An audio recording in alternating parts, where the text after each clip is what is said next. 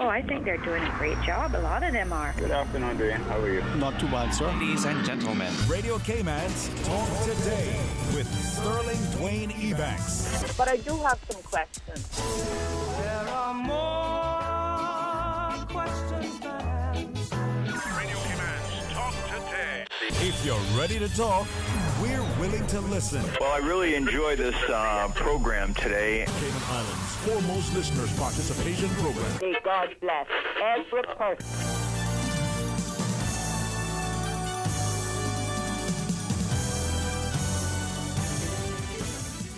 Hey, good afternoon and welcome. Thank you so much for joining us on this another terrific Tuesday, Thursday, Wednesday, Friday, any day ending in a way. If you speak English, it's a good day. Sometimes it's hard and some days it's harder, but they're all good. So we invite you to be a part of today's discussion. It's going to be open line. I'm happy and hopeful that Mr. Dennison Tibbetts will join us at 1 o'clock and keep my company. In part, his wisdom, his knowledge, allow me to gain from his counsel as we invite you to be a part of today's Talk Today. Talk Today is brought to you by Subway, open 24 hours in Countryside, Anderson Square in Georgetown, and Centennial Towers in West Bay. And by the Ministry of District Administration, Tourism and Transport. Explore your history, explore your land, explore your sister islands. Radio Cayman's Talk Today, the Cayman Islands' foremost listeners participation program. We ask our listeners to avoid statements or comments which are abusive, derogatory, malicious, or defamatory. Do not use any indecent language or make any statement which is false or misleading. Email talktoday@candw.ky or call 1-800-534-8255. Courtesy of Flow. Cayman's #1 network that connects you to your world like never before. Let your voice be heard. Once again, here's your host, Sterling Dwayne Ebanks.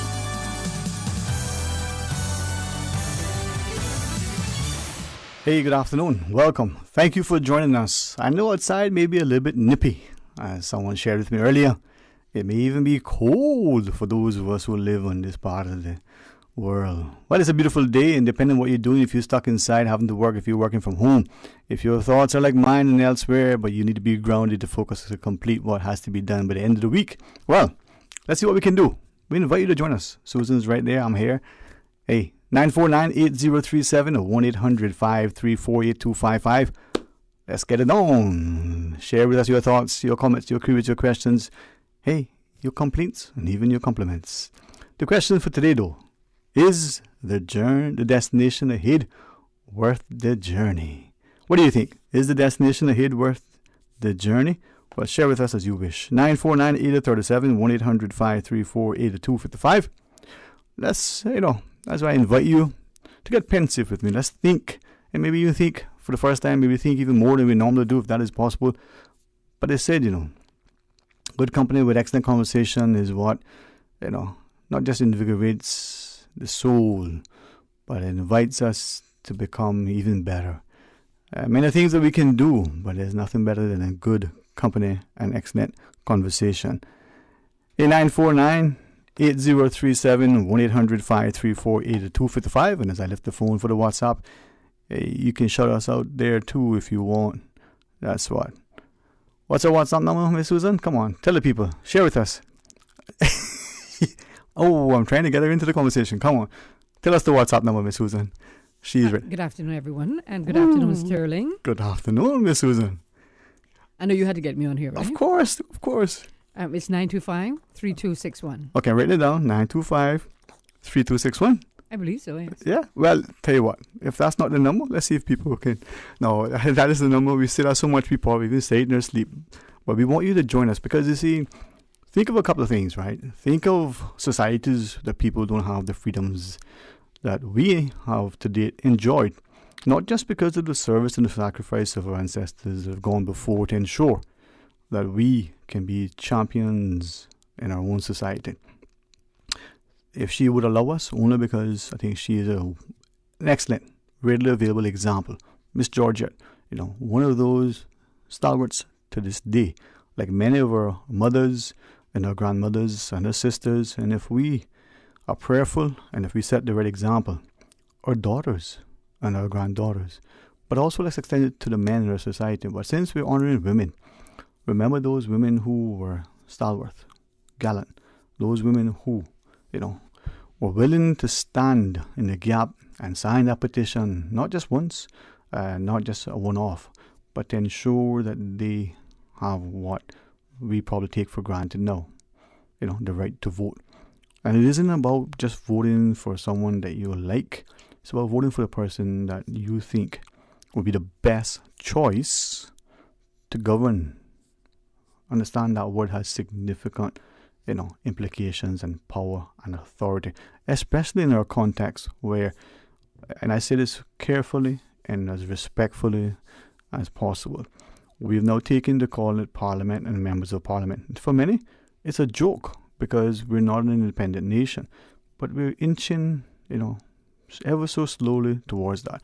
December last year was probably the first time many of us will recall that openly and publicly, and especially in what was then our Legislative Assembly, discussions about independence from those we've elected, and yet many are afraid of that word. But as a child, do you not want independence? Not just independence of your parents, but financial independence. But recognizing equally with that level of, responsibility, there should come accountability. And with that level of drive to put us in that position as individuals, we need to be people of stature, honorable, as it were. People for whom the example should be readily, seen that others can follow, especially our young. And for those of us who have been reared in the sense that we are protectors and providers of those who are less fortunate, most vulnerable. Nice little words that we throw about. But does it have meaning and significance? And by examples, are we willing to demonstrate the conviction to live by those principles? So, is the destination ahead worth the journey? Well, you can ask that and answer it from the perspective of those who are aspiring, politicians who want to get into that legislative role. What is it to say? The ends justify the means. Some would say readily available. No, not by any long shot. But it may not just be about a political, maneuvering, wrangling, and the like. It may be literally, you want to go to the top of the mountain for whatever reason, but it's difficult, treacherous, it could even be, life-threatening. But to you, it's to prove a point, not to anybody else, maybe just to yourself. You've come to the summit. Well, is it a case that you're at the precipice and you're not quite sure what to do? Maybe you're in a bad space. Maybe you're in a bad place. Well, it is about drawing alongside those who are going to work hand in hand glove to make sure we are working for a better society.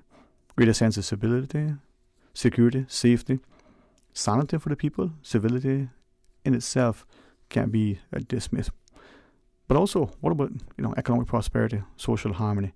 Or what about a stronger, healthier society that reflects on many whose views may be disparate, who may have a dissenting opinion, not because they're necessarily a better view, but because they themselves just want to be divisive. Now, that division that may come as a result of people's misconceptions, preconceived notions, otherwise, poor experiences in life, can be changed if we show love.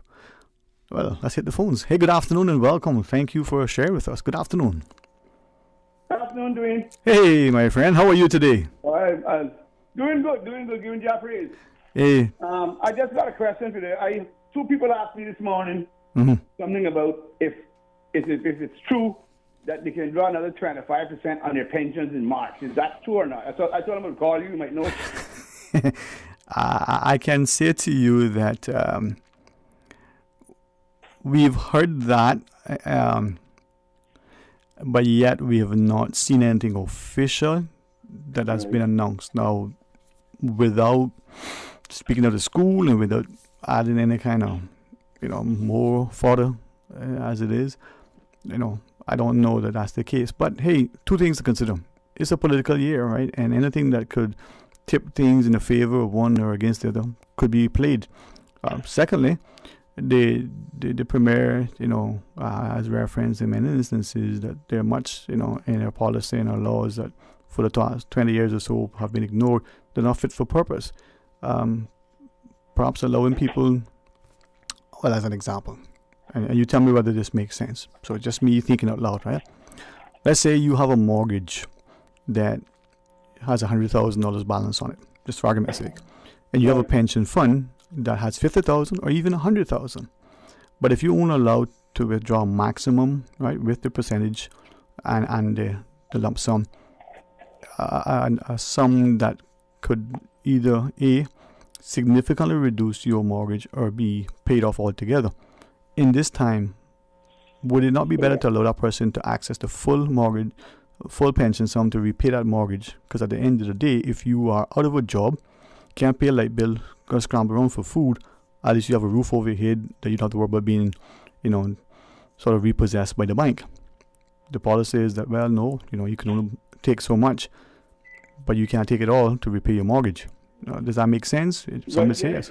I mean, what you say makes sense. Well, I thought so too. Thank you. At the same time, I think what's happening is if the government is trying to get it done, it's going to it'll ease the government up a bit too, I believe. But it's paying stipends and stuff, Yeah. Because, I mean, you're right. And if you hear anything on it that's correct, I mean, that's true. Yeah. Could you give me a call? Let me know, please. Well, what we will do if we have something official that we can announce, I know many people are speculating, many people are hopeful of it. What I think it may be indicative is that whatever pension funds that people have received thus far, economists can probably tell you all the reasons why we may have spent it the way we spend it, but we're looking for immediate gratification. We are thinking that, 2020 was so bad that I mightn't be here come this time. So you know what, let's enjoy it now because you can't take it with me, right? But those who are prudent, if those funds could be accessed to be used in my mind, okay, in a much more reasoned, rational approach that has better outcomes long term. For instance, take the 100,000, even though it exceeds the allotted sum plus the 25%, and repay your mortgage. Well, then you're free and clear, and you can sleep in a relatively safe, comfortable place. Don't have to worry about the elements, as opposed to taking it, buying a new car, buying a new TV, enjoying yourself out, boosting the economy for the short term. Great for the merchants, great for the pocketbooks and the profits and the like. But what does it do for the long-term survival and the potential impact that governments, whether this one or the subsequent governments, will have to face relative to social services? They talk about transfer payments, but people don't sometimes appreciate that. We're not seeing the taxes and increased borrowings that are going to have to come as a result of people's inability to survive. These stipends, whatever you want to call them, they can't last forever. I mean, I don't have need a pension. I got a pension, but it's a government pension, Yeah, well, interesting, huh? I worked for government years ago. Mm-hmm. Well, they would joke and say, just wanted, people have been asking me about it, so I said that if I called in and I talked to him, he might be able to tell me what's going on about it. So, if you hear anything, Yeah, well, once there's something official for it against it, maybe there'll be... I mean, if it's anything official, it should be announced anyway on the radio. Exactly. Yeah. There's much speculation and conjecture, and there's also... Anyway, we know how it go. All right, bro? Yeah, the future not looking too good, but, Depends on whose lens you look through. I can stay close to God. Well, for many of us, that's the only place. But that's anyway. Yes, sir. One more time. Thanks anyway. No, thank you, man. Thank you. Hey, listen. Sometimes we have to put a good foot forward. Other times we just gotta dig deep and deeper and deeper and deeper in order to put a good face forward. And you never know what another man is facing. You see a smile, but you don't know the hurt that lies within. It's not a veneer. It's just a fact that if you're not willing to draw alongside and carry the burden, then really and truly, what's the point? You ask somebody how they're doing, it's because you mean it. Hey, how are you doing? How can I help? Others just want to know your business. Well, those are to keep it close.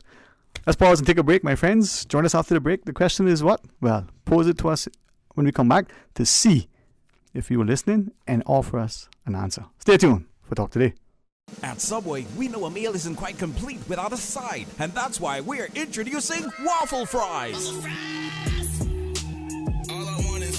Subway's waffle fries are oven-baked softness with extra crispy edge, giving a satisfying taste to be enjoyed as is or in any of Subway's dipping sauces. Order waffle fries as a side item for $2 or make it a meal deal with any sandwich or salad with a 20-ounce drink and waffle fries for an additional $3 or a 30-ounce or bottle drink and waffle fries for an additional $3.50. Subway. Eat fresh.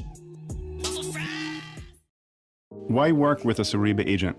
we can tell you that those letters represent a proven understanding of the real estate market in the Cayman Islands. But it also means so much more than that. Our trained Suriba agents are committed to ethics, integrity, and excellence of practice. It's all about confidence, knowing you are working with a qualified Suriba agent. As members of Suriba, your trust is our promise. To find a Suriba agent today or to search thousands of listens, visit Suriba.com. Suriba, the mark of excellence in real estate. Getting vaccinated is an important part of keeping our islands protected against COVID-19. All persons who are scheduled to be vaccinated must present a photo ID which shows you are legally and ordinarily resident in the Cayman Islands or have permission to stay for 6 months or more. Accepted IDs include a Cayman Islands driver's license, passport or voter's card, a global citizen's certificate, a work permit grant letter, extension letter or job letter from a local company, or a non-Caymanian passport which shows the holder has been landed with permission to be on island for 6 months or more.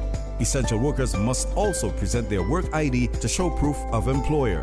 Anyone who has already received a first dose may still receive the second and must show their vaccination card. For more information on the vaccine program, visit www.hsa.ky.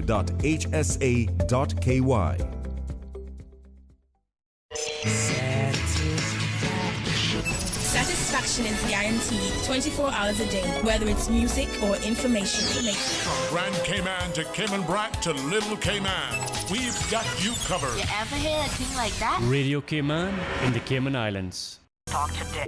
But I do have some questions. Talk today. Cayman Islands' foremost listeners participation program. Talk today. Because there are more questions than answers. What the public is saying. Waiting to take your calls right now. Sterling Dwayne Ebanks.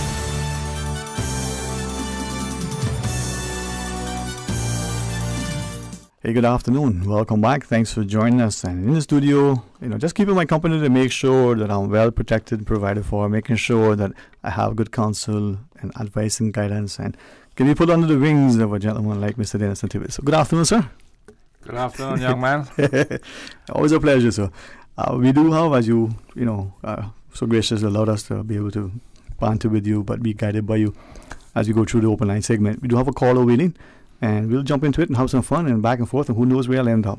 Okay. All right. Good afternoon and welcome. Thank you for calling. Yes, sir. Good afternoon, gentlemen. Do you have the Honorable Mr. Tibbetts there with you? Sound like that his voice, that high. Yeah. I just came from the pharmacy. Yours don't hide either, George. Okay, so I know you can't hide. I had on this mask when you go into the government pharmacy. And the lady called me by name. I said, well, how in the world did you? Oh, I know that voice in the mirror. I said, okay. Yes, sir. Yes, sir. Good evening, gentlemen. Good afternoon. Thanks for the little bit of rain that we get in this area. The Eastern District, Bordentown and Lower Valley area, and also down in Northwood, the city. Yeah, we had some there early this morning. Yeah, the old people say the dirtiest people need the most water, so... I'm in the middle of it. That's why Georgetown. That's why it rains so much, Georgetown. I got a question. I see, gentlemen, it's election time. See a lot of sheets of plywood. Mr. A.L. is doing very good with the sale with the plywood. And it's not one sheet of plywood anymore. A few days ago, I was drying in town. It was sun, and I count 6 sheets of plywood for one sign. I don't know if you need that much, but my concern is, gentlemen, is that after the election, successful or unsuccessful, I know that there's a lot of people in this island that need little help with repairs and stuff. I wonder what these candidates does, or how intentions to do with the plywood. I mean, after the election, they could donate it because, like I said, a lot of people need 2 or 3 sheets of plywood for some repairs. So I think they would consider that, And also, this election, the people need to vote with somewhat of a track record. Show me one thing that you have done in your constituency for the people. And that's what you need to vote for. You don't need to vote because it's your family or and we were good friends. Who done something for the community, to the people? That is my thing for today, and I ask you all to elaborate on that, because we getting a lot of promises, which I mean, that's every 4 years, that's promises. I'm trying to write a song now about that. Yeah, well, a lot of promises. If I may ask you before Mr. Denniston weighs in, right?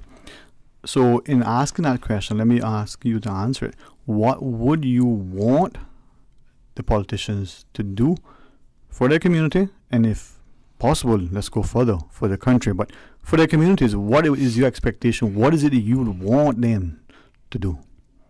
Well, that's a good question. Mm-hmm. The representative need to go in, mingle with his community, and find out what the community needs. Okay. And it's a lot of elderly people, the whole island, in every district that needs some kind of help or some kind of assistance or something. Okay. It's not about hand of money, Right. It's so a lot of stuff. Let me then ask. Representatives can do. Right. Let me then ask. Right. Let's take it from the perspective that you have in an election someone A who is right then trying to get re-elected, or B, someone who was elected previously that wants to get back in, or C, someone who has never been there, may or may not have tried in the past, but is trying to get in. So you have those three categories of potentials to pick from, right? They all campaigning to get elected, re-elected, or what have you. But the person who is currently, trying to get back in, that is there, up until the House was prorogued, is that person expected to still be in campaign mode, in coming out and asking the voters and the constituents in that area, well, what is it that you need? Or B, should that person then be in a position, having had 4 years or 8 years or 1,000,000 years collectively or consecutively, know what is needed in that constituency? So in essence, should that person not now be expected to have moved from the campaigning mode to the action and implementation mode that you were saying? It's not a loaded question by any means. It's not, prickly, well, it may be. That ain't no problem. Yeah, man. Sterling. Yes, sir. The representatives that is going back in incumbent, they have 4 years to do something. And anytime I speak uneducated. But for 4 years, you can't show me one thing that you can do. Now, we're not talking because you're not a minister, you're not whatever you is. But you can you can go to the private sector to get help for your community if needed. But there's one thing about campaigning, right? And getting elected. There's another thing about actually being effective when you're there. Yeah, you ever watch a player who's excellent on the football field, but put him to coach or to manage the team? He's just as lost as anyway. Talk to me. That's my concern. Yes, sir. Yes, sir. Well, you see, what the question that you are asking kind of suggested that you would love the incumbents to come back in. Well, actually, I was wondering, the question he's asking isn't the reverse. See, he asked the question very skillfully. The man is a genius. He says he's not, but I think he is. No. What I'm saying, I didn't say I want the incumbent to come back in. I just asking for you, if you want me to work for you, Mr. Tibbetts, show me something that you achieved within the 4 years that you were there. All right. Okay. And if you can't show me something what you've done in 4 years, you want another 4 to do nothing again? Well, the thing about it is that having ran myself in the last election, I first of all, let me say that the plywood that you were referring to, the people who usually, well, in my day, the people who put those signs up, they do what they want with the plywood afterwards. So if you're suggesting that they use them to help elderly people, that's a good suggestion. Reuse, huh? Don't discard. Yeah. But you know what I mean, Mr. Tibbetts, I appreciate that. That was you. Now you say, well, you don't care what they do with it when they put it up. I wouldn't say I didn't care. I'm no, just he said that, yeah. Because I see last election, people put the plywood in their yard, put in their house. I mean, they can donate it, they can put it on the radio, You know, I got a few sheets of plywood in the border that needed if they don't need for themselves, personal use. You know, just that alone. Where did plywood $40 now a sheet? I mean, you know. Yeah, man. Somebody need 2 sheets. So that is my concern because, like I say, we get All right. a lot of promises. But don't let the promise comfort you. Yeah. Well, I think the whole thing about it is that if you make the suggestion, then I would second that suggestion because it needs to be put to good use, and we have so many elders. I know from the Seafarers. I mean, we help so many people over the months. Yeah, man. Hey, thanks very much, sir. Excellent suggestion. And anything finally? Yeah, one more thing. Yes, sir. Is that Mr. Denniston, you could try put that forward and ask them to all the candidates once they're done with the election to deliver it to the Siemens, and then the Siemens could distribute it to the people who need it. That's a good thought. Yeah. Instead of when you got to go to this one house and you stand together with this one house, where just bring them to the Siemens. Yeah, well, I know most of them, so that's a good suggestion. All right. Well, see that when we pool the collective voice, we can get actually. Yeah. Thank you, sir. Thank you, Mr. Denniston. Let's take one more call, Miss Susan. No, you see, not only are women run things, right, but they take. All right, to the caller, please, respectful and responsible, stay on the line, and we'll join you right after. Freedom, Cayman Brack. Freedom, Little Cayman. Soft breezes, blue waters, no traffic. Unwind and rejuvenate your mind, body, and soul. Sister Island Staycations, a taste of freedom. Discover all that our sister islands have to offer.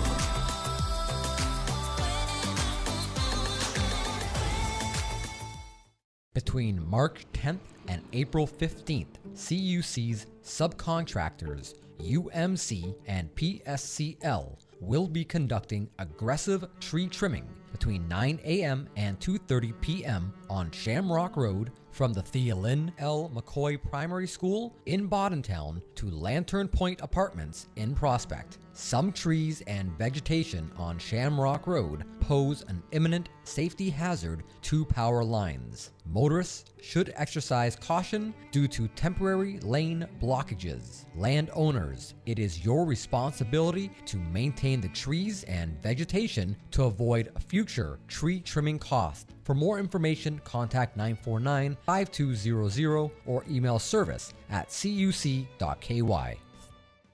Workforce Opportunities and Residency Cayman advises holders of permanent residency PR facilities to take immediate steps to settle any outstanding fees to avoid potential loss of this facility. Fees more than 90 days past due date should be paid immediately. Payments can be made via debit or credit cards, online payment using the Work Payment Portal, or via checks delivered to the Apollo House West Office on Mary Street. For PR holders needing further assistance, call Work Customer Care at 945-9672. Talk today. But I do have some questions. Talk today. Cayman Islands' foremost listeners participation program. Talk today. Because there are more questions than answers. What the public is saying. Waging to take your calls right now. Sterling Dwayne Ebanks.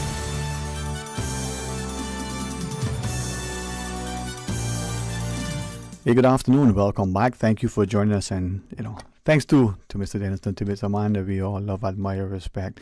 And someday, if we grow up, we can be like him. So, thanks for your company, sir. It's always a pleasure, man. I love being here, Yeah. Sometimes, as a matter of fact, I've heard people say to me, after a show, well, when those guys retire, will you apply for the job? I said, well, I'm retired already. See, but they can see the youthful, enthusiastic, manner in which you approach things. But that energy is great. Mr. Denniston, we do have another caller online. Let's give our callers all the leeway that we can. Good afternoon. Welcome. Thanks for calling. Good afternoon, Dwayne. Hey, afternoon. And good afternoon to your guest. Good afternoon, young man.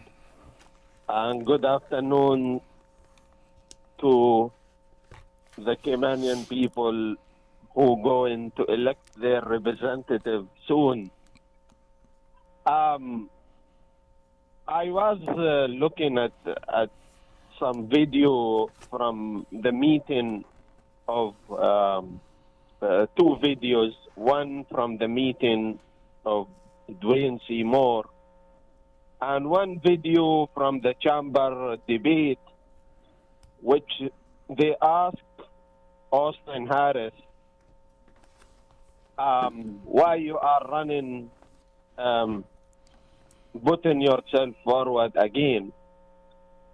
So he said the reason is that he go cut edges and bushes in Prospect, clean up some bush in Prospect, and this is one of the reasons, the main reasons. You know, he's talking about Bush, and it seems the voters of Prospect elect a who should be running a landscaping company. But is respectfully. I mean, is that your interpretation, objective or otherwise, of what was shared, or is it just a way to spin things? I mean, if we could, right, and only because Mr. Denison, you guide me, sir, and chastise me that if I do it properly. Well, what? Yeah. Listening to them last night, and one cannot form an opinion yet. That's only the first one. But when you talk about landscaping and all that, I mean, that was just by the way he was talking. You know, he wasn't saying that was the reason why he was running. Exactly. At least that's how I interpreted it. Likewise. But, you know, even if he was, apparently he's hand to hand with the people in his constituency, and that means a lot, because I know when I ran, I mean, I was out till 11 o'clock every night talking and visiting people, you know, and that's very important. But you can't just make a decision on that alone. Yeah. You know? So, yes, sir. I was going to ask you, come back into the conversation. Okay. So, and the other video is speaking about, and I will come back, comment in what you said. The other video is that Dwayne Seymour claim he is the one was behind the building of affordable homes. And that's not true, because the one was behind building those affordable homes from 2009 until after he was Mr. Elio Solomon. He is the one in charge of that file of building affordable home. He was the one bringing the idea. He was the one doing all the work in 2009, and Dwayne Seymour have nothing to do with that. But I mean, I hear what you're saying. Maybe I don't he quite. probably was talking about the ones that they did in Borden Town, because he's from Borden Town. But here again, that's not a criteria to judge someone on. With all respect to you, but I think that one has to think about these candidates in their own district, not because if you go back when Dr. Frank McField was the minister, you know, he did these affordable houses that didn't work out so good. So there's so many things that you can think about, not just one, not because Elio did it in his year, because I'm a building contractor, so I know Elio did some in his year, but that doesn't say that John didn't. Maybe he said it wrong, you know. Or interpreted, or we want to spin it in a certain way. See, maybe... So you can't condemn somebody for saying something. Yeah. Perhaps I could ask you, Mr. Amjad, let us set the example. Because we see our leadership across the world today in particular, but let's focus on Cayman specifically, whether it's political, whether it's in the business, whether it's in the church, whether the home, the school. How do you pronounce the gentleman's name? Well, let me ask him to do that for us. Would you, so that we don't say it wrong, Amjad? Amjad. A-M-J-E-D. Amjad. Yeah. Okay. 2 syllables, you know, one person, many personalities. That's good. But I want to comment, please. Yes. Elio didn't do just in the area of West. But you see, in your commentary, you come across as you're supporting Elio, and that's not right. You have to give a general opinion of everything, not just Elio, because it's unfair to the other person. Without being paid for, right? Not saying, no, I am clearing, wait. I am clearing a fact that all the whole island, wherever there is project was affordable home. Mr. Elio Solomon was behind it. I set in the fact. I am not saying who I support and who I don't support. Well, I do not think that Elio was there when Dr. Frank McField built those Italian homes. Mhm. So it goes back a lot further than that. I will give you example. Nobody fight against me more than Johan Maxim, and I support he get elected this election. So let me ask you, and please, as direct as this is, hear my heart. It's not meant to be offensive. Doesn't mean that it isn't, right? To what extent do you think, you personally, or any of us, when we offer up our public support for somebody, that people, because of their perceptions of us, may decide, well, if you like that person, I got to do the complete opposite. I'm not going to like that person. To what extent do you think that would apply to you? You endorse somebody, and people say, if you like him, he can't be no good. I mean, or if you like him, boy, I got follow on board. How do you think that plays out? Dwayne, look. Yes, sir. I'll give you another example. Yes, sir. Very important. Mm-hmm. Me and everybody in this country know, and in opinion, me and Mr. Arden McLean, sometimes we don't agree. But I respect the man. I think he is the best candidate for Easton to be elected. Even though me and him don't agree in a lot of things, in opinion. But I never base my support or my opinion in who get elected or not get elected in my personal feeling. Right. It is not my personal feeling. It is what is good for the people of this country. I think Arden McLean is good for the people of this country. I think people like Sammy Jackson is good for this country. I think people like Johan Maxim is good for this country. Okay, and I appreciate that. And I think if you'll allow me to just maybe ask you to pause there, and we can pick it up another day, another time. But it's good when people, right, and appreciate the callers' willingness to public say. But sometimes... Well, actually, Yeah, you go ahead. You go ahead. Maybe save me from me. I listened. I don't remember when. I think it was one day last week, and he had all of these projections. This one is going to be that. I mean, how can you come to that conclusion if you're not campaigning for those people? Okay. You know?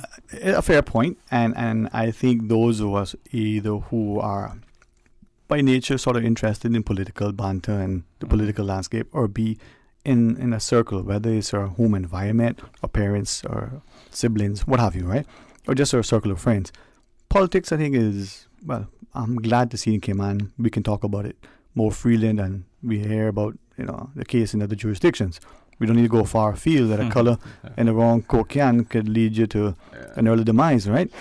But where are we going to get, or when are we going to get to that point where we can be objective and as impartial in our assessments, so that when we go to the polls as voters, we are as informed and as engaged? While we mull that question, let's take this other caller, Mr. Dennis Tibbetts. Hey, he's my big brother. Well, let's go to the phones. Good afternoon and welcome. Thanks for calling. Hey, good afternoon. All right. Can you hear me? Can you hear me properly? Yes, sir. We put the red, white, and the green button together with the orange one, and then we got pink. I don't know. Good afternoon, man. No, I just listening on this.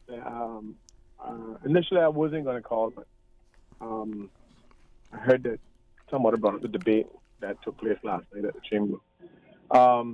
What I would say about that debate is that it was one of the first debates that I had an opportunity to see a group of people who were well-spoken, who were articulate, who addressed the questions the best they could, right?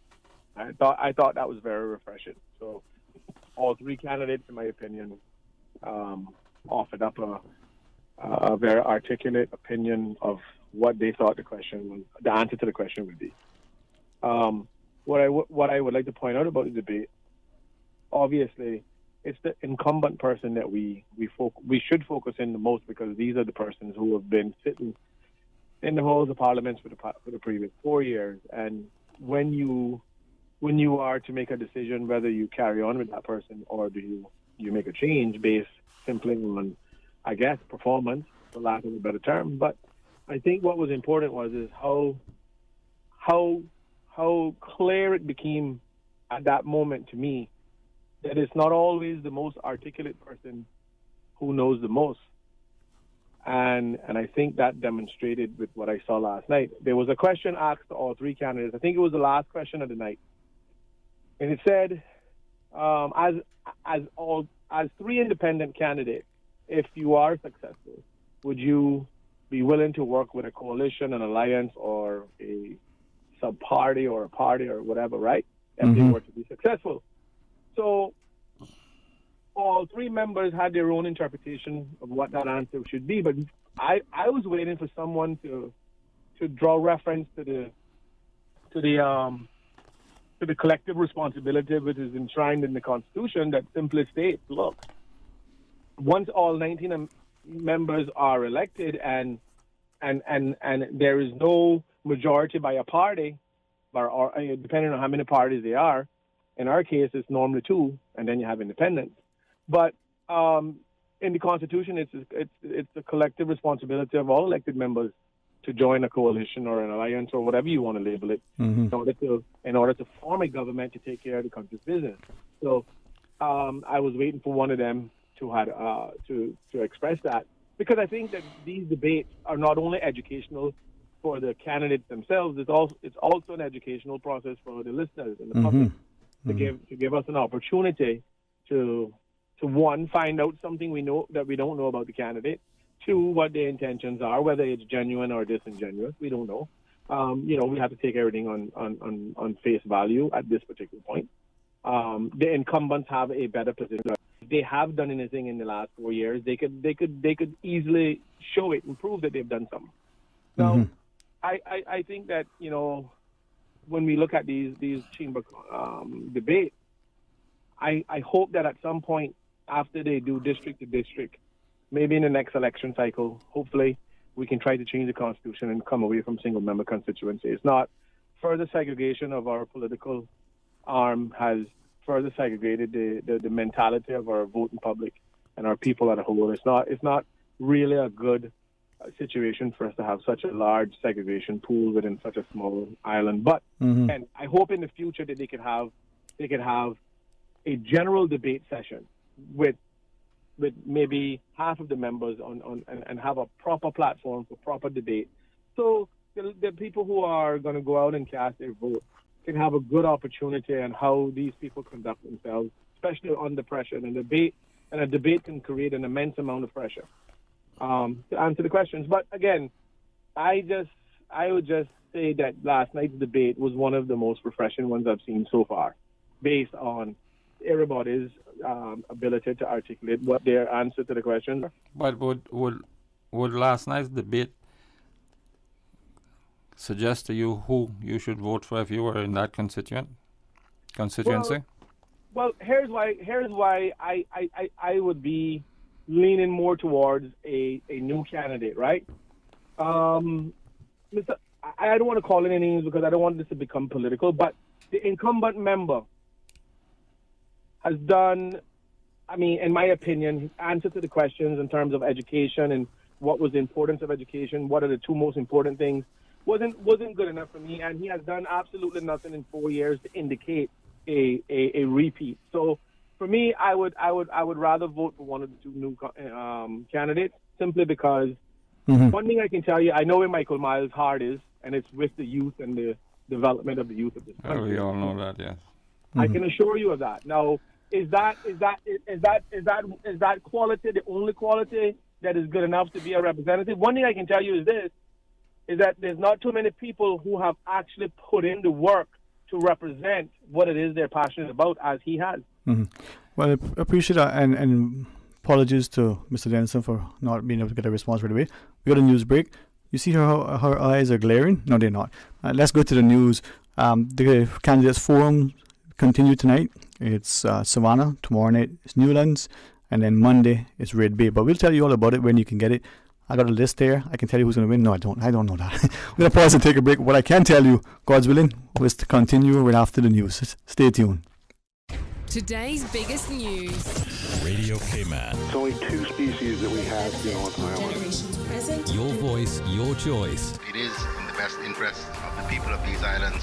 Local, regional, international. This is Headlines from Radio Cayman's newsroom. Today's biggest news. With your latest headlines, I'm Shanda Gallego from Radio Cayman's newsroom.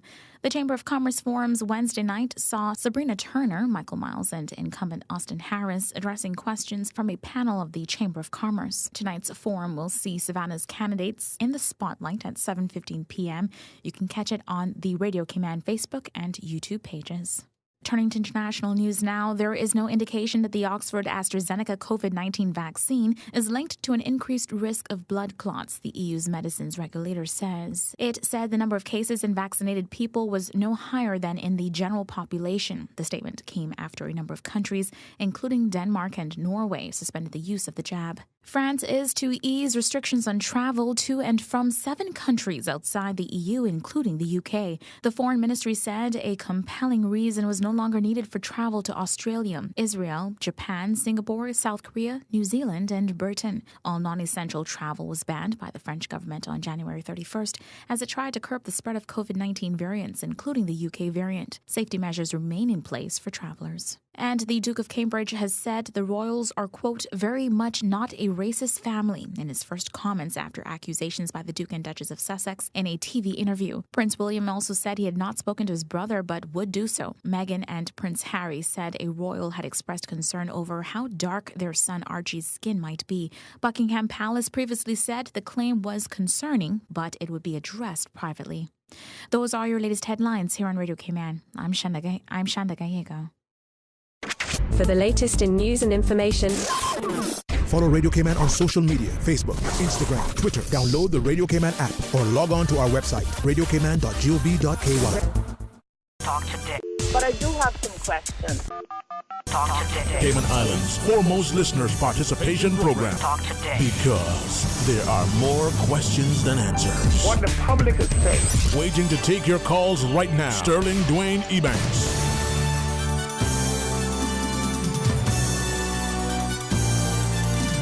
Good afternoon and welcome back. Thank you for joining us, and thanks too to Mr. Denniston Tibbetts for sharing his time with us. It is open line. The phone lines are there if you want to get involved in any of the discussions. You don't want to talk about politics, well, that's fine.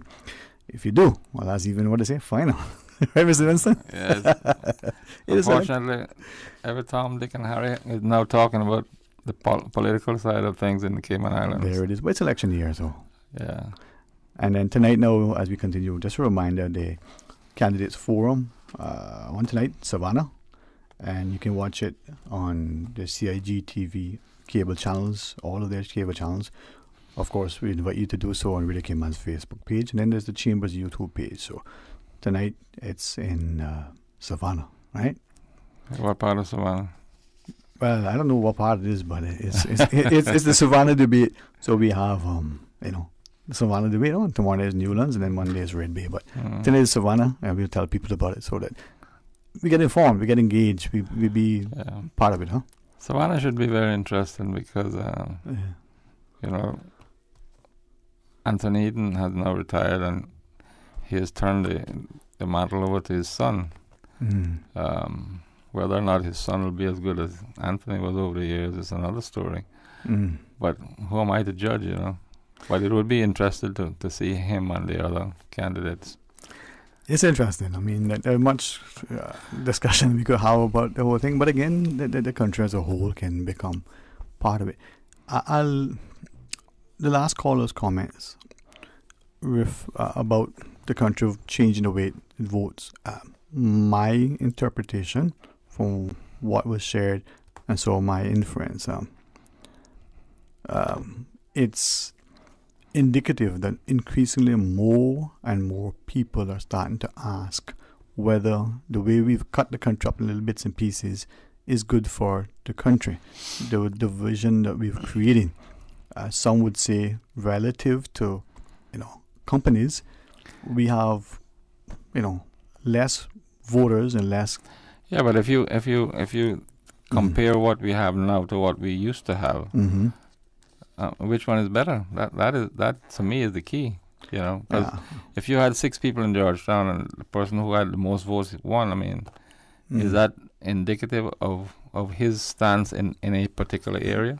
Right. And would a national vote of sorts, where given that every single person who is successfully elected will and can make decisions, either because they're going to be elevated to the cabinet level or just because they get to vote for the allocation of how the money is going to be spent or the policies will be prioritized, that person can effectively impact the country as a whole.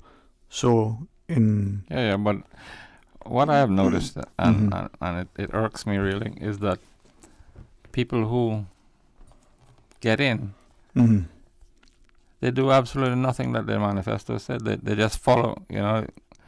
It's like they always saying, if you can't beat them, join them. You know, and that is what irks me, because, and then I've witnessed that happening, and the total disrespect of one individual to another in the House because of this. Right. And I don't think that's right. So then, if I'm hearing you again, I'm inferring, would it not be better then that we have a national vote so that the people who we elect, right, are accountable to the entire country, so that what you're doing isn't just for West Bay or now a little pocket of West Bay, as opposed to the country.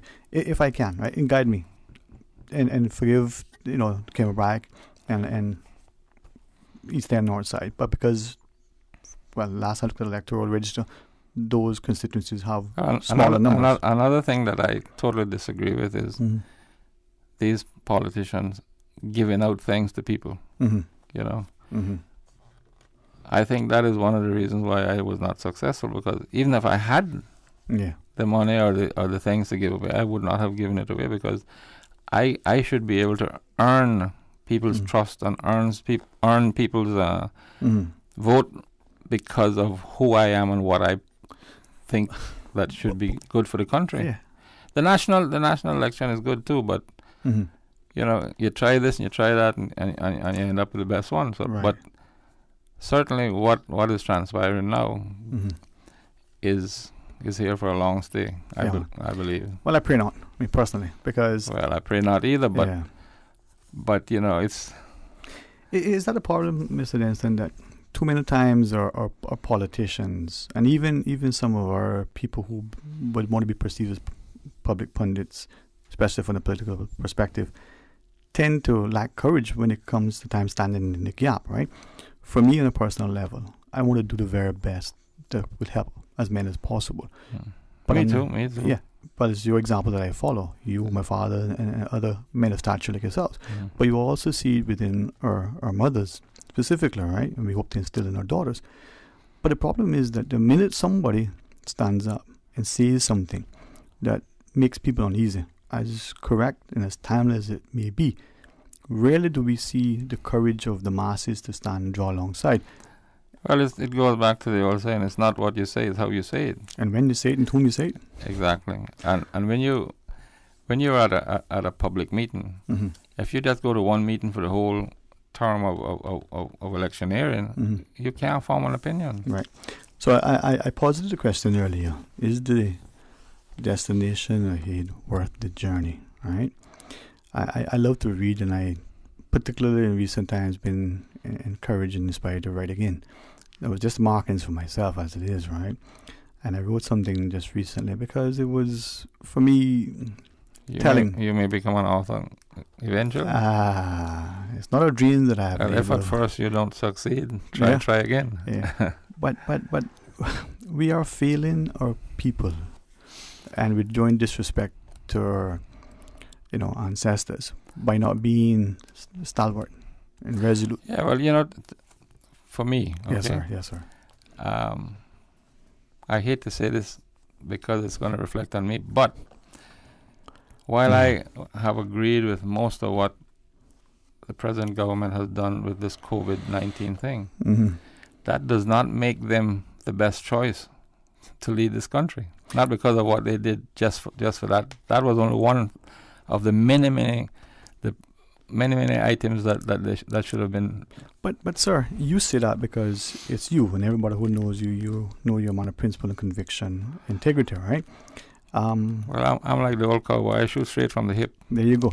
You know. But isn't it fair to say that politicians can bank on the fact that voters seemingly have short-term memories? Exactly. That's exactly what I said. Yeah. You know, you can't go to one meeting and form an opinion, because that particular meeting might be the meeting that individual says the right thing for you. For you, right? Yeah. So as we look at governments, and since we're in election, we look at this government's performance. Do we look at it, as you were saying, last year, the year before, the year before, the year before, and if they've had the years before that, whether it's port education, whether it's infrastructure, housing, healthcare, pensions. But how many of us are willing to take the time to make that assessment? If you give a baby candy, they may stop crying then. But why was the baby crying? And when the baby cries again, well, do you have more candy to give? And is candy the best thing? Well, I know. It's probably not, because right. it eventually leads to diabetes or something. But worse yet, they rotten teeth and can't get a woman. It's all right. It's a very vast world that we live in. There you go. And although we're just a spectrum of the whole world, it's important to us, and it's very important to me, because every community that I have ever lived in, I've tried to contribute to that community. Yes, sir. Because I want to make it better because of what I do, or what I say, or what I assist people with. Yes, sir. But it doesn't always work that way, because some people, he only doing that for so-and-so. That is not necessarily so. All right. Say it so. All right. Mr. D, we're going to pause, take a break. When we come back, we'll continue with the phones and answer our calls and do our thing. Stay tuned for Talk Today. Radio Cayman is pleased to feature this special Sister Islands historical vignette, brought to you by the Ministry of District Administration, Tourism and Transport. Explore your history, explore your land, explore your Sister Islands. Captain Roberts Clifton Foster, 1890-1968. Captain Bertie Foster was born and raised in Cayman Brac. He married Huldah Bodden, and to the union were born 7 children. Captain Bertie went to sea at an early age as a cook and obtained his captain's license in Jamaica in 1921. He later owned cargo ships. He was a pioneer in the Brac hotel business, opening the island's first hotel, Buccaneers Inn, in December 1955. He was a civic leader who donated his time to supervise the construction of the airport on Cayman Brac. His late years were spent entertaining his hotel guests and talking on his marine radio to his other ships. Captain Bertie will be remembered for his leadership in the development of Cayman Brac and his contributions to humanity and the community. Radio Cayman is pleased to feature this special Sister Islands historical vignette, brought to you by the Ministry of District Administration, Tourism and Transport. Explore your history, explore your land, explore your Sister Islands. Explore your history, explore your land, explore your Sister Islands, the ultimate staycation experience. Your culture, your freedom, the land that time forgot isn't gone. It's your Sister Islands. Discover all that our Sister Islands have to offer. And now, a paid political message from West Bay West candidate, Mr. Mario Ebanks. West Bay West voters, it's time for enthusiasm, optimism, and hope by your Member of Parliament. It's time for harmony, respect, and decency. It's time for honesty and integrity once again. West Bay West, on 14th of April, please vote for Mario Ebanks. Together, we can restore dignity, build better communities, and achieve positive change. It's time, West Bay West. It's time. The proceeding was a paid political message by West Bay West candidate, Mr. Mario Ebanks.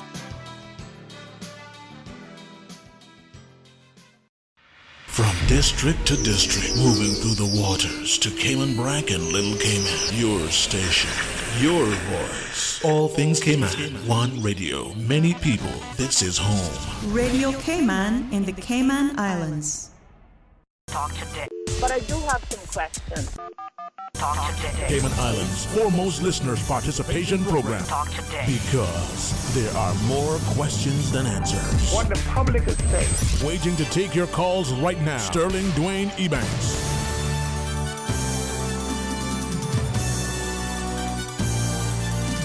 Hey, good afternoon and welcome back. Thank you for joining us in the studio. We have the excellent company of Mr. Denniston Tibbetts. And it's open line. We got some callers. Let's go to the phones. Yeah. All right. Good afternoon and welcome. Thanks for calling. Good afternoon, Dwayne. Afternoon, sir. How are you? Good afternoon. This is Billy Sinamba trying to give you a call, and good morning to your listeners and your esteemed guests there. Good afternoon. I see you are discussing like a wide-ranging issues, including the elections and so on. And by the way, I must say that I've watched all, at least the chamber debates up to this point in time. It's not for me to sit in the judgment seat over those, but the quality of debate has been very high. Despite my familiarity with Cayman matters over the last almost 20 years now, I keep learning something, and I just think that the people of Cayman have got a very good crop of candidates, who to choose from. So that was very good to see. Now, talking about accountability, every time we come to elections, we are talking about accountability. I have a problem, as you know, with the level of accountability in the judiciary. I know some people have castigated me to say, well, but you've got like a special thing against the judiciary. No. I have to contribute in my society to those areas where I'm familiar with. I can't contribute much on the social services issue, finance, and so on. I have to contribute to what I can do. Now, at the moment, there's an issue going on regarding the judicial review, which has been brought about by Katina Anglin, that brave and eloquent lady from West Bay.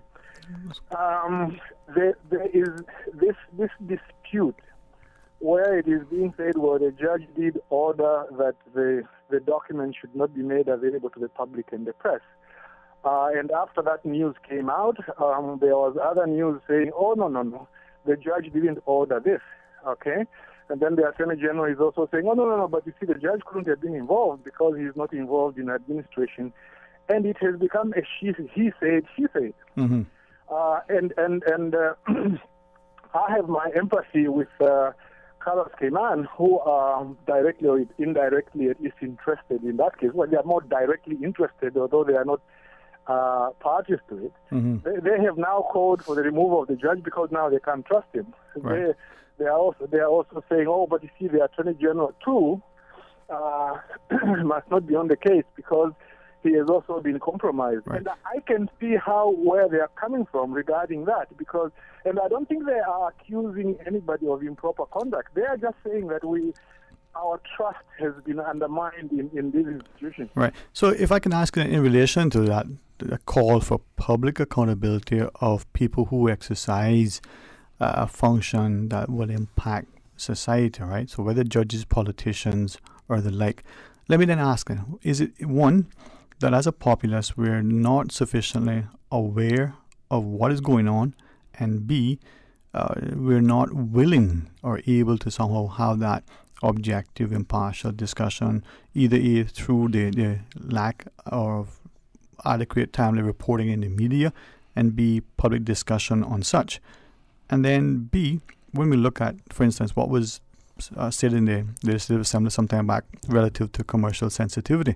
We as a government can't disclose this information because it's commercially sensitive. There are many who would say, well, yeah, I understand it. Others would say, well, no, wait a minute. We're talking about public purse being expended on something, the public officials doing something, not a private entity negotiating some contract or undertaking some deal.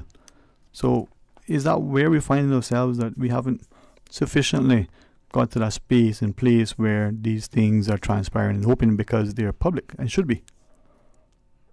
Well, the issue you have raised, I think, is a major issue. It's one of the central issues which has been discussed, I think, in the last few years, particularly in relation to especially cases where a case is settled in court.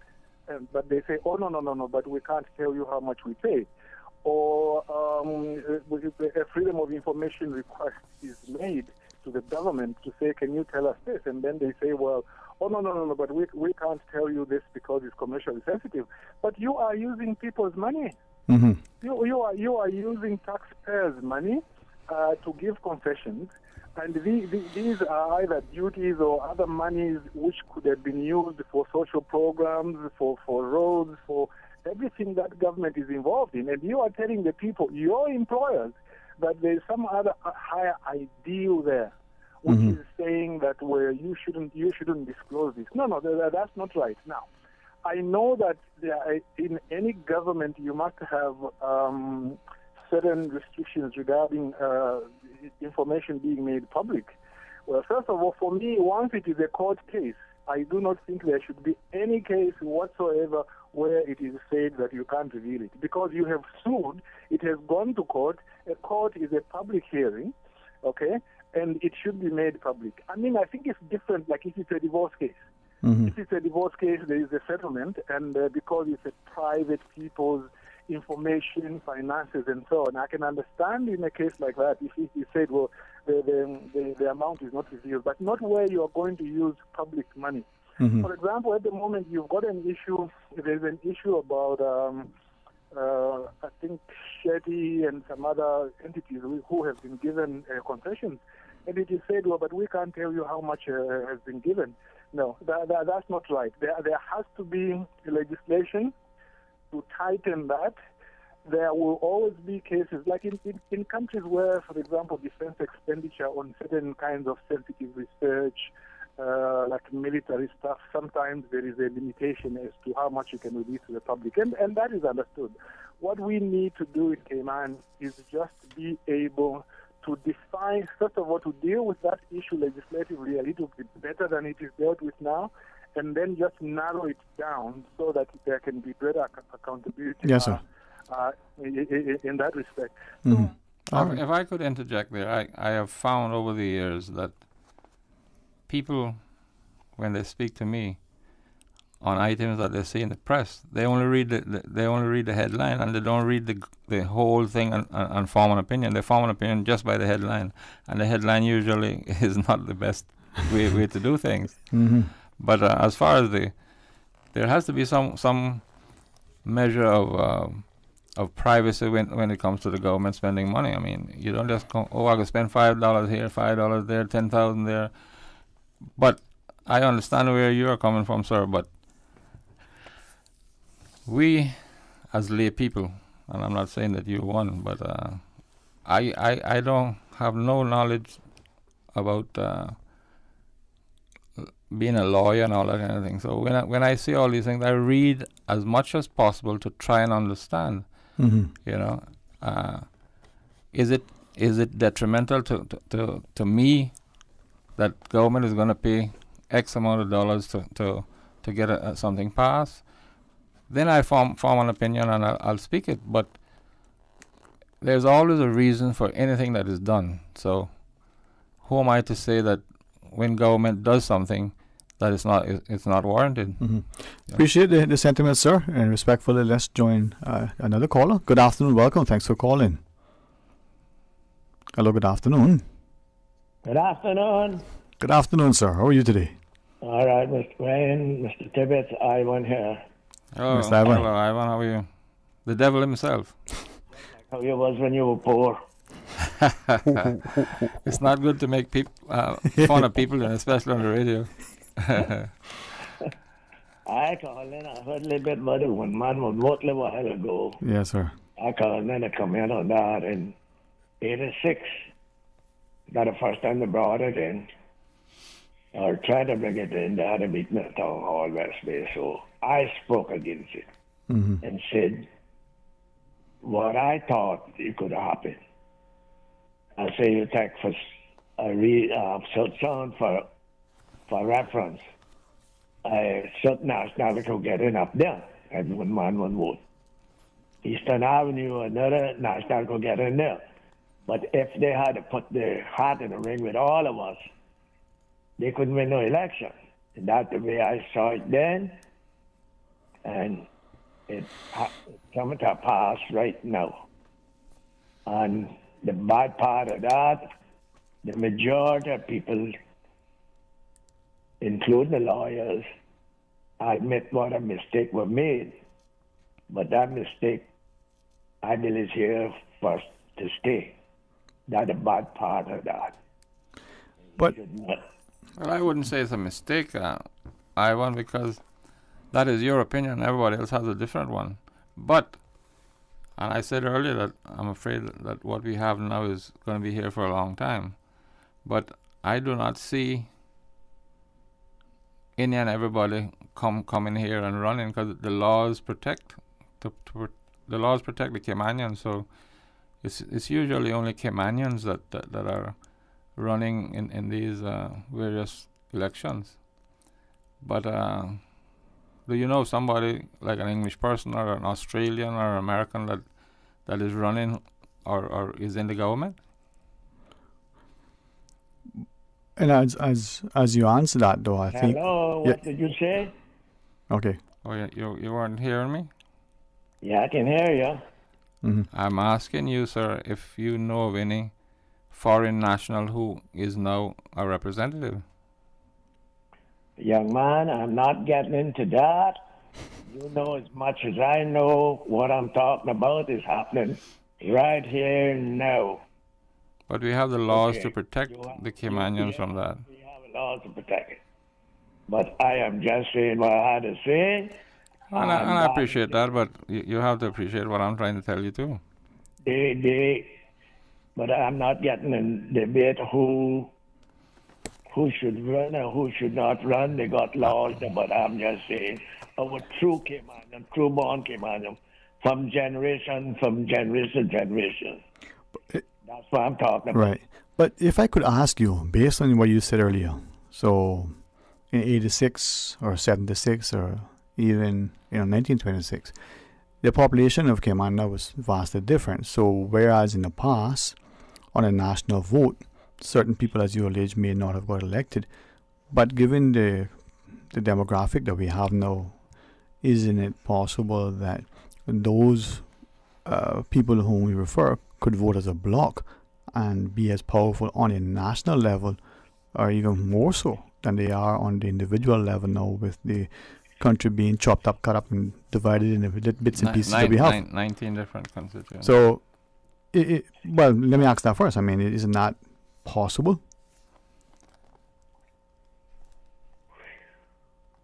Sir? I guess anything is possible. But I can hang up now. I don't want to get in that debate. I said what I said, and I don't think I was wrong now. Then, well, nobody said you were wrong, sir. I was just pointing out. Make me talk. Mm-hmm. We can all sing together, but we can't talk together. You all have a good day. Yes, sir. Well, unless, Mr. Denson, you wish to comment now, we'll go to the break. And then the only thing I'd like to say is that this is the reason why things go wrong, because people don't listen to each other.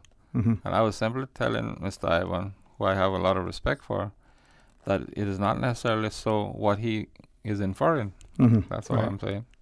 All right, well, let's pause, take a short break, and Mr. Denson, with your continued guidance, we'll continue after the break to, well, let's see where it takes us, huh? 1-800-534-8255 or 949-8037. Those are the numbers to call and share your thoughts. Miss Susan, what's the WhatsApp number again? Come on, tell us. What? She says no, I fooled her once. Come on, Miss Susan. Tell the people before we go to the break. 925? It's 925-3261. You hear that voice, man? It sounds so good. 925-3261. Or as Susan says, it's 925-3261. Stay tuned for Talk Today. Absolutely. Now you'll never have to choose between two desserts at Subway. The new Caramel Brownie Cookie is 2 treats in 1. Imagine sweet, gooey caramel with decadent chocolate chunks baked in brownie-flavored dough and topped with a light drizzle of caramel icing. And you have the new Caramel Brownie Cookie, available at Subway. Complete your Subway sandwich, pizza, or salad with the delicious Caramel Brownie Cookie or any other cookie flavor and dessert. Available at all Subway locations. Subway. Eat fresh.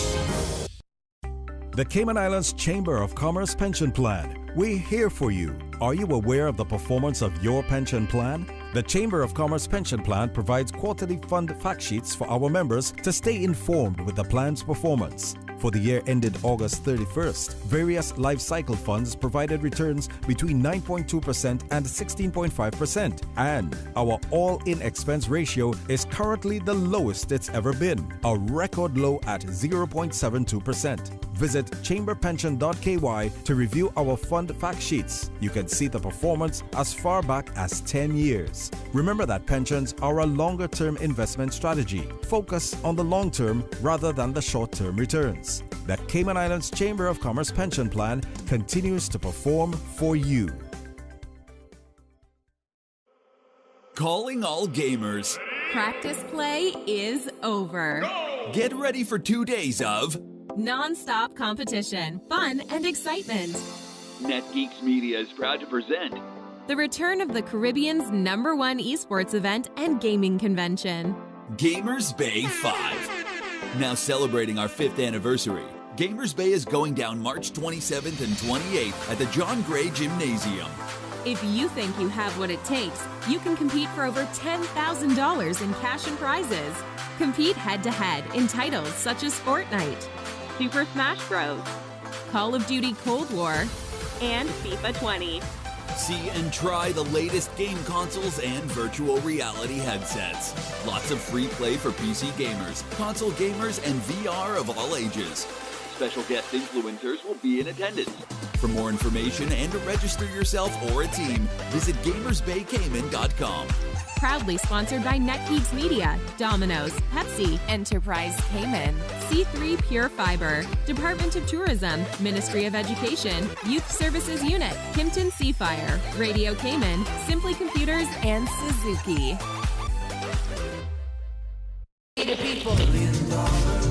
April 14th, 2021 is Election Day in the Cayman Islands.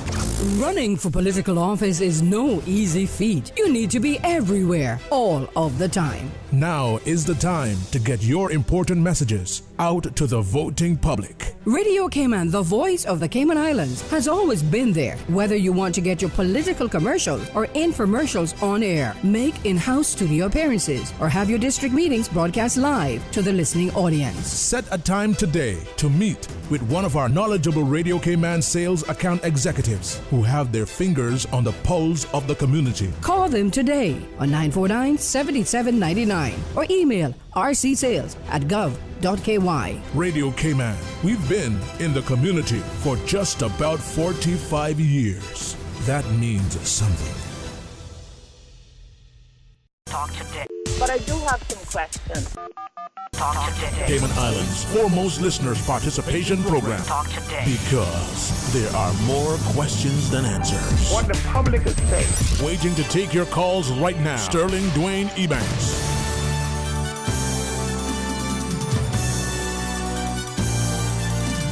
Hey, good afternoon. Welcome back. Thanks for calling. And in the studio, the excellent company, Mr. Denniston Tibbetts. You know what, Mr. Denniston? I'll put you on the spot now.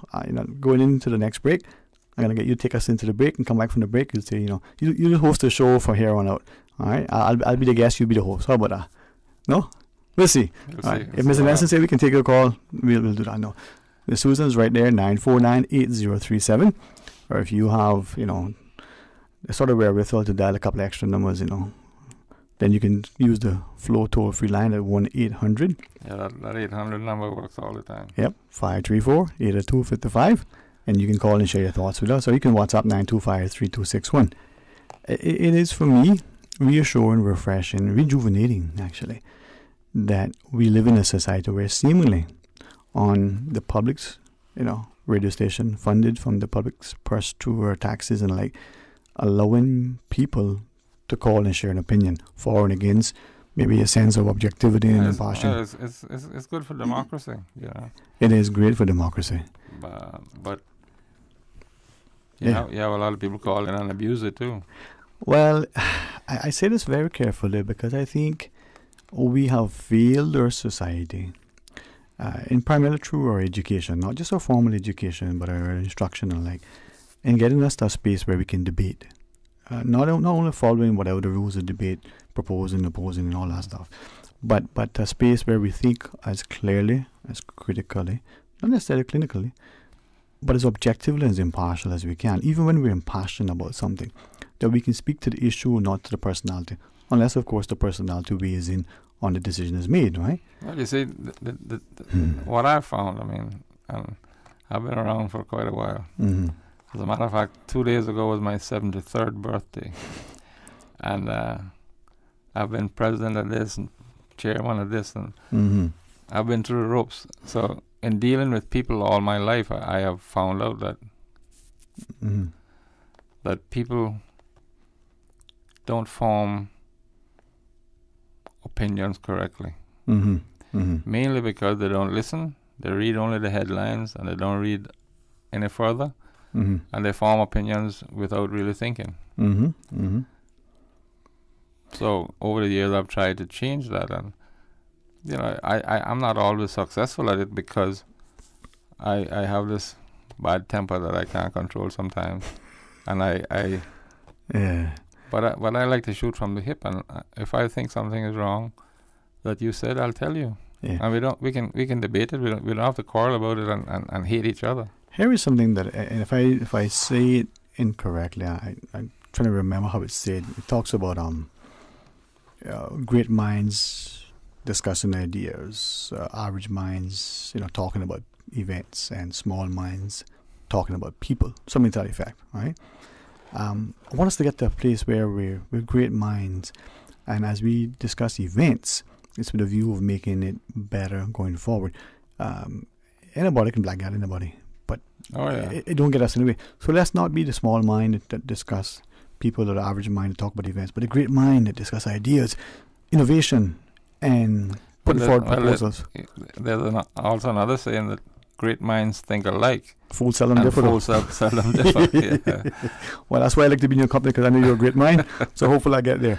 Mr. D, we do have a call, sir. Hey, good afternoon. Welcome. Thanks for calling. Good afternoon to you, Sterling D, and good afternoon, Mr. Dennis from there. Good afternoon, sir. And, good afternoon, young man. Happy birthday to you. I remembered it last night. I remembered Kurt. Well, better late than never. Yeah. Thank you. Very last time. Yeah, you still have a year almost to catch me up, but I want to reach there, but I don't want to catch you. Ooh. No, it don't happen. Anyhow, yesterday was 45 years, and I heard you on there thinking about the seaman. 45 years since my father passed away on the Friday before. Last Friday was 44 years when I brought a stand and he got out at sea, and I knew that you I remember that distinctly. As you talk about Stan, you remember he used to come up on Sundays and help me when I was building my house. Yes, and he used to. And I remember also with Ozon, our friend's house. Oh, yeah. Many times, happy days. Well, those things don't happen anymore. Because in those days, 1 week it was my week, and one week was somebody else's, and you shared yourself around.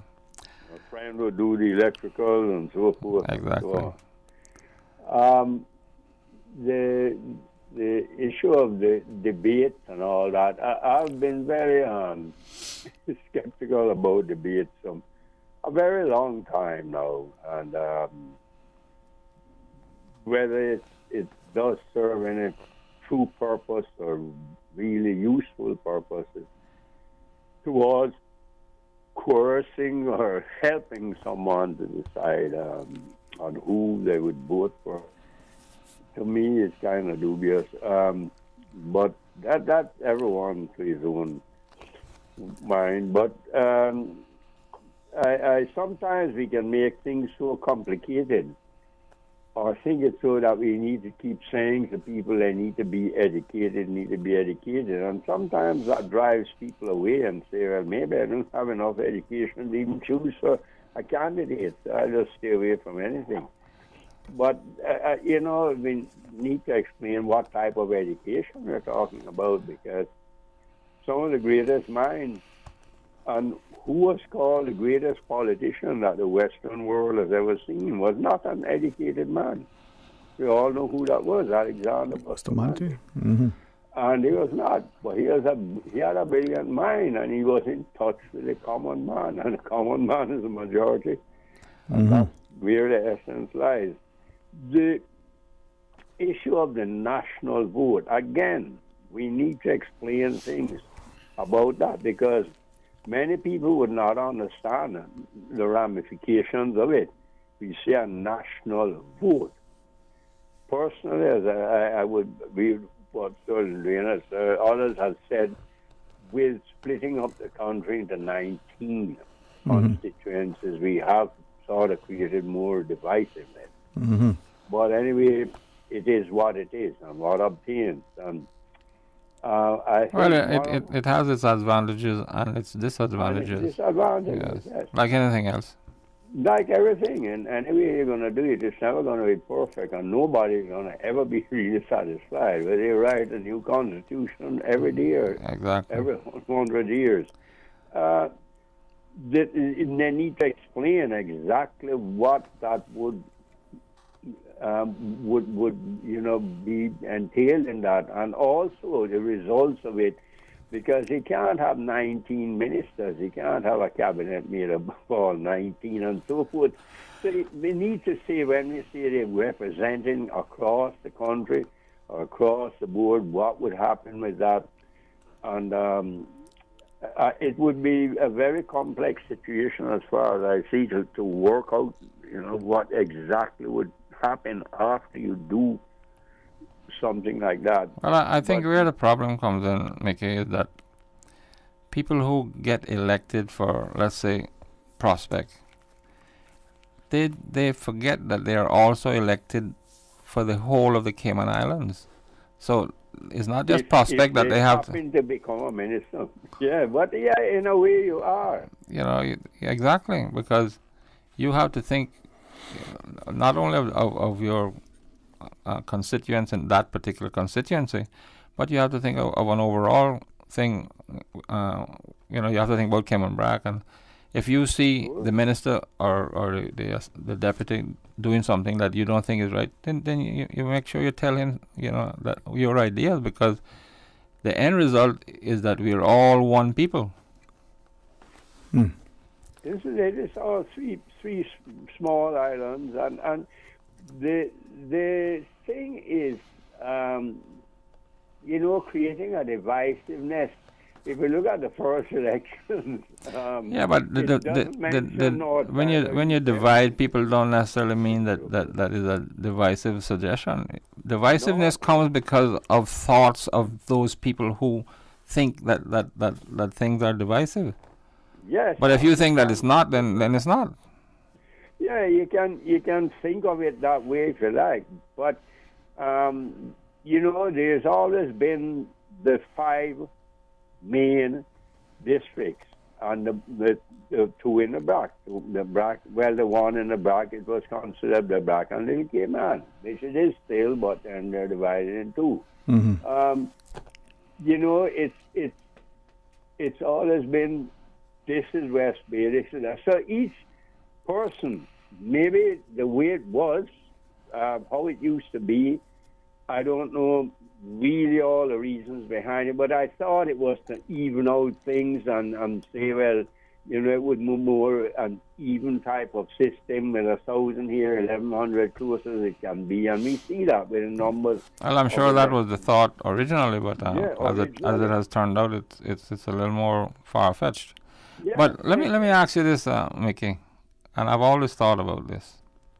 Why do you think a particular candidate in like 10 consecutive elections, they run and never get in? Why do they continue to do it? Well, that again is one of the mysteries of all time. Yes, it can happen. I think, that is a question that I don't know who would be able to answer that one, but let me give you an example of myself. We have our own thoughts, We have our own thoughts of many things, and a lot of people will say this person is doing this for that, but they don't really dig into the whole issue of the district they're from and who the people are and this person and that person, and they don't know all the many things, the ramifications of many of the things. I've seen things go by and people say, oh, do not to get votes. And people don't understand. I remember from Jim days with it. I used to say to Jim, my cousin, I used to say, people are going to say, you're buying votes, Jim. I'll never forget that. But he said, Nick, I don't care. That person needs this. I've never forgotten that. And that's, whoa. Yeah, but nowadays it has taken on a different level. Yeah. Appreciate Mr. Mickey, respectful, sir. Leave that. And as we go into the break, Mr. Dennison, we'll hear from you as we come back now. We'll see how that goes, right? Okay. Stay tuned for Talk Today. Freedom, Cayman Brac. Freedom, Little Cayman. Soft breezes, blue waters, no traffic. Unwind and rejuvenate your mind, body, and soul. Sister Island Staycations, a taste of freedom. Discover all that our sister islands have to offer.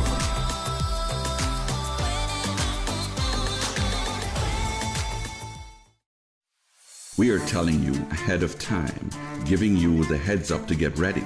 The Black Tie Affair with a circus twist. Step right up. The annual gala hosted by Rotary Central for the Alex Panton Foundation. Saturday, May 29th, Marriott Beach Hotel Ballroom. Step right up.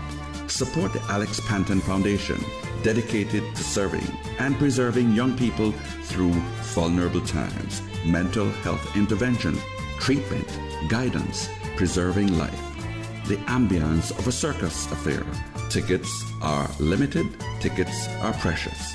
Get your tickets from Rotary Central members. Go online to Rotary Central and the Alex Panton Foundation Facebook pages. Rotary Central and the Alex Panton Foundation.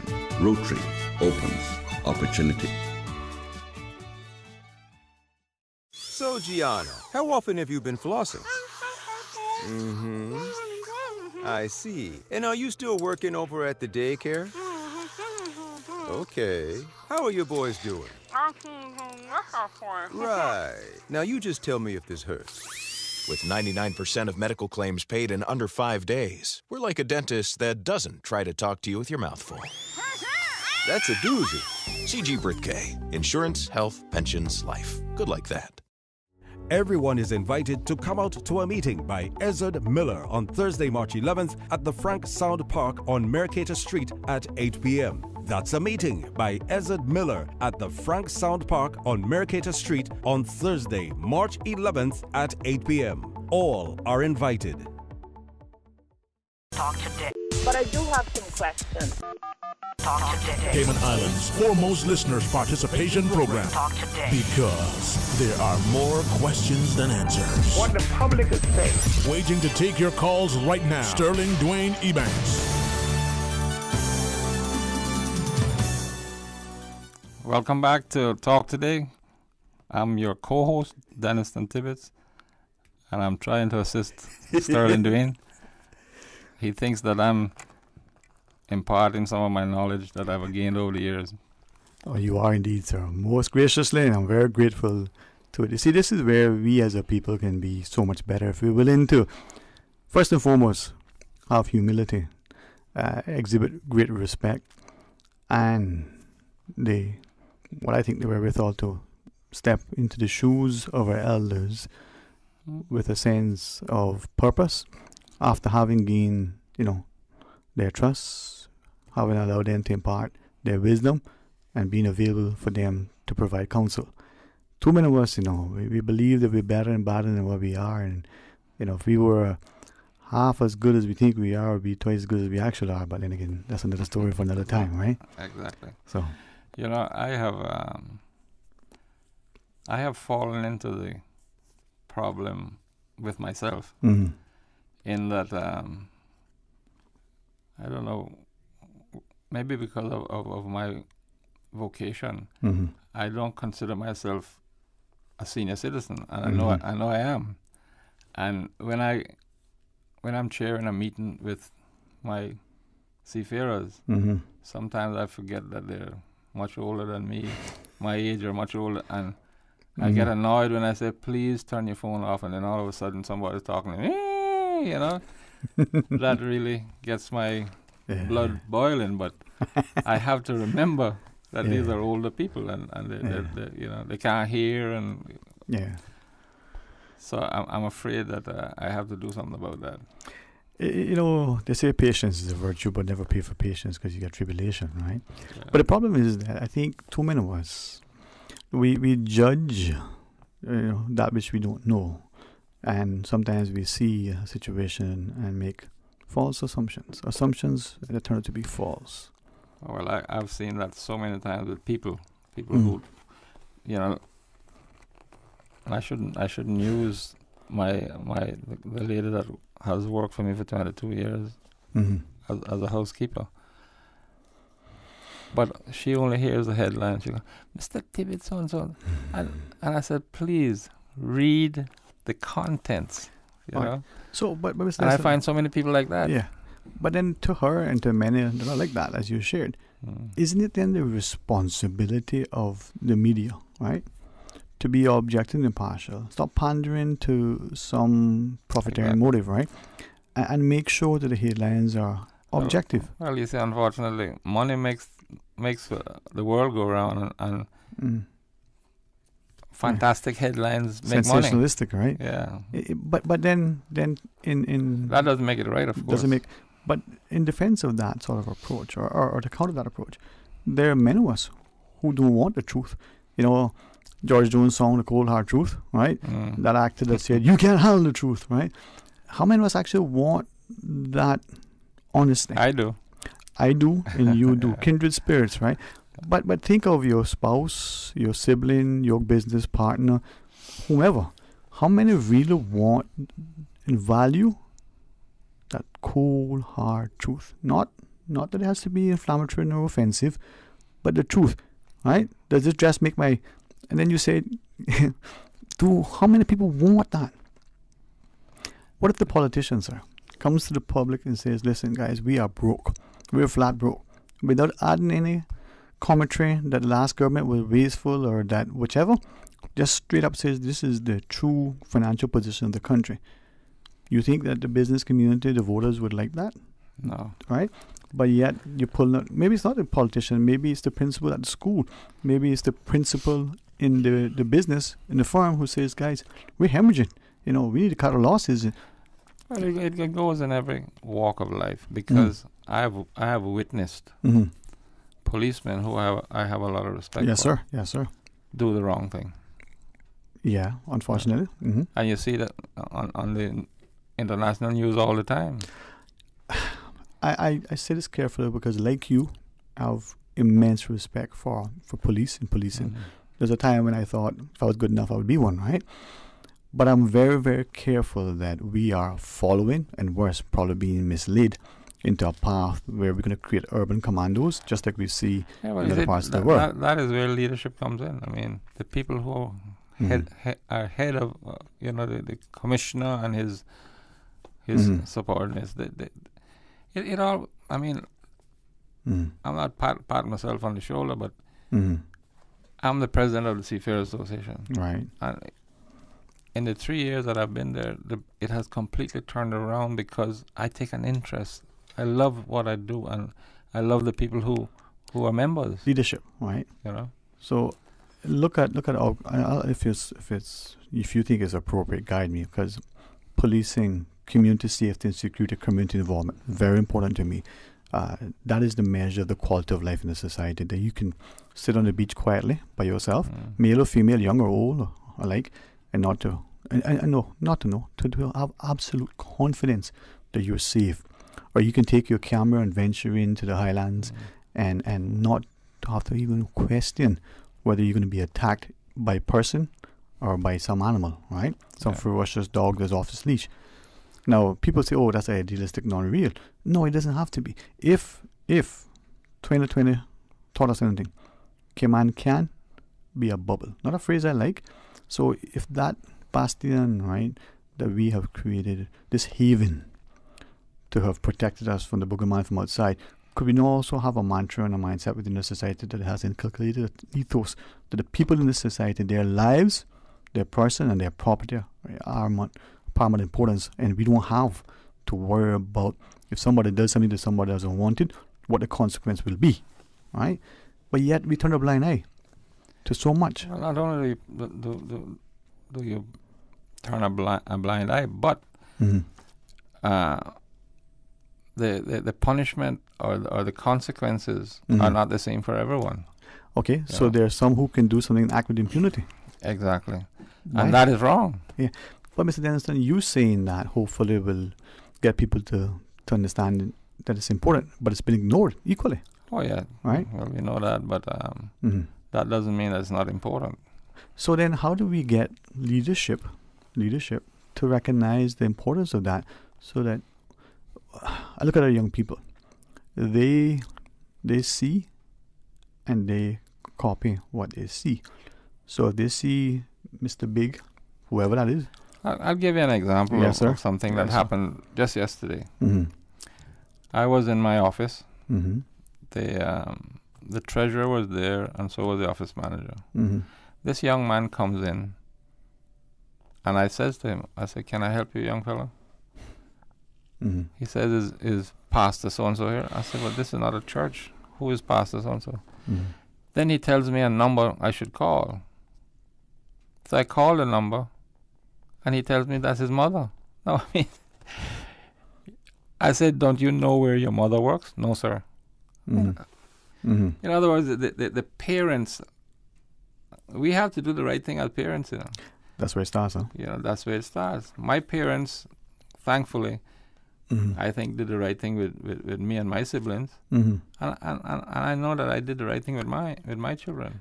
If I then can ask you then, right? There's a word that we use, discipline, and I think we misuse it, misapply it, misinterpret it, misunderstand it. People right? think discipline is taking a strap and beating the hell out of somebody. That is not discipline. That is not discipline. No.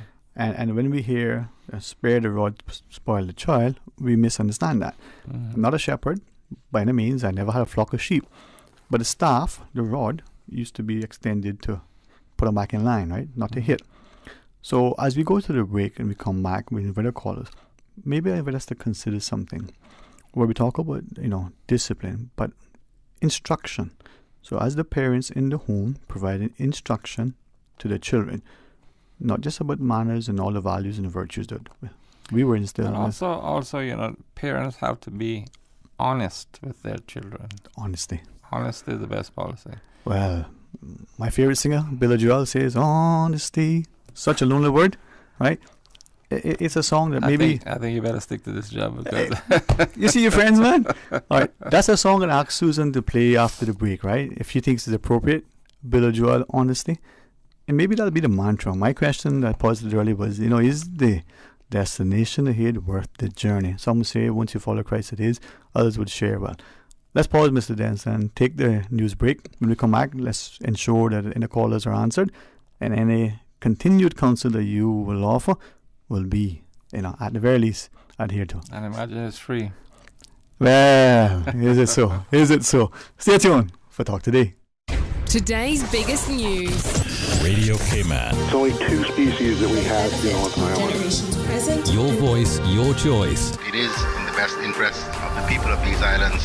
Local, regional, international. This is Headlines from Radio Cayman's newsroom. Today's biggest news. With your latest headlines, I'm Shanda Gallego from Radio Cayman's newsroom. Government reported the results of 172 COVID-19 tests on Wednesday. All were negative. So far, 20,049 have received at least one dose of the Pfizer-BioNTech vaccine, while 9,844 have completed the 2-dose course. Turning to international news now, the European Union's medicines regulator has recommended authorizing Johnson & Johnson's single-dose COVID-19 vaccine. The decision from the European Medicines Agency, EMA, on Thursday comes amid vaccine supply shortages across the 27-member state bloc. The EMA said in a statement after a thorough evaluation, EMA's Human Medicines Committee concluded by consensus that the data on the vaccine were robust and met the criteria for efficacy, safety, and quality. And former Minneapolis police officer Derek Chauvin now faces an additional murder charge in the death of George Floyd after a Hennepin County judge reinstated a count of third-degree murder on Thursday. Chauvin already faced charges of second-degree on intentional murder and second-degree manslaughter, and jury selection in his trial began Tuesday. He has pleaded not guilty to all 3 charges. The added charge provides prosecutors a third potential pathway to conviction in the closely watched case at the heavily fortified Hennepin County Government Center. Those are your latest headlines here on Radio Cayman. I'm Shanda Gallego. For the latest in news and information, follow Radio Cayman on social media, Facebook, Instagram, Twitter. Download the Radio Cayman app or log on to our website, radiocayman.gov.ky. Talk today. But I do have some questions. Talk today. Cayman Islands' foremost listeners' participation program. Talk today. Because there are more questions than answers. What the public is saying. Waiting to take your calls right now. Sterling Dwayne Ebanks.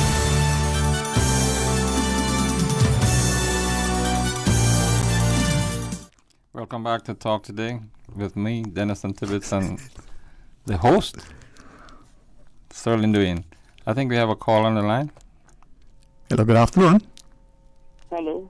Good afternoon. How are you? I am well, just saying hello to you. Hello there, young lady. How are you? Oh, she's almost good. Yeah. Thank you for holding back, my friend, because he likes to get out there and swing from the trees that overhang the cliff and lead into the water. So thank you for being that voice of reasonableness there for him. I can relax today then, because usually I'm all hyped up between such a time and such a time, but I'm relaxing and just eat a little bit of curry goat and then I'm good. You got rice and beans or white rice with your curry goat? White rice, man. White rice. We know how we go, right? White rice. No, see, I prefer the rice and beans. You see, I'm always a little bit different with the curry goat, man. Oh, you're from Westville? Yeah. Most people like the rice and beans with other things, but... Yeah, we know that because rice and beans are good food, but, traditionally... I old enough to know that. I know better. I understand you, but remember, I don't mind beating another drum and carve my own path if it's a better road ahead, I'm willing to be... You hear him, then he can't stop, That's a Westville. Aye. It's people like you and Mr. Denniston that, provides that courage to swing over the cliff, without a safety net. Without a safety net, you have to pray that it don't rain and you have a landslide. Let's write it down. Anyway, just saying hi. Thank you. Yeah, I thought, when you called in, that Lionel Richie song, hello, is it me you're looking for? I thought you were going to sing for us, man. Okay, bye. Bye. Mr. Dennis, as you were sharing earlier, this is the beautiful part of this nation, and I'm hoping that all of us, irrespective of how long we've been here, whether we call ourselves generational Caymanians or otherwise, whether we're recently visiting because we're going to escape whatever it is that we're coming from to make this our haven, that we understand the importance of drawing alongside each other to work in hand to make it better. It's not that I'm necessarily trying to be idealistic or only principled, but if we don't work together to make it better, right, then dog gonna need to stop, I know that, we have to. I have witnessed, unfortunately, and I won't say which nationality or who, but I have witnessed people coming here and thinking that they're better than I am. And as far as I'm concerned, nobody is better than me.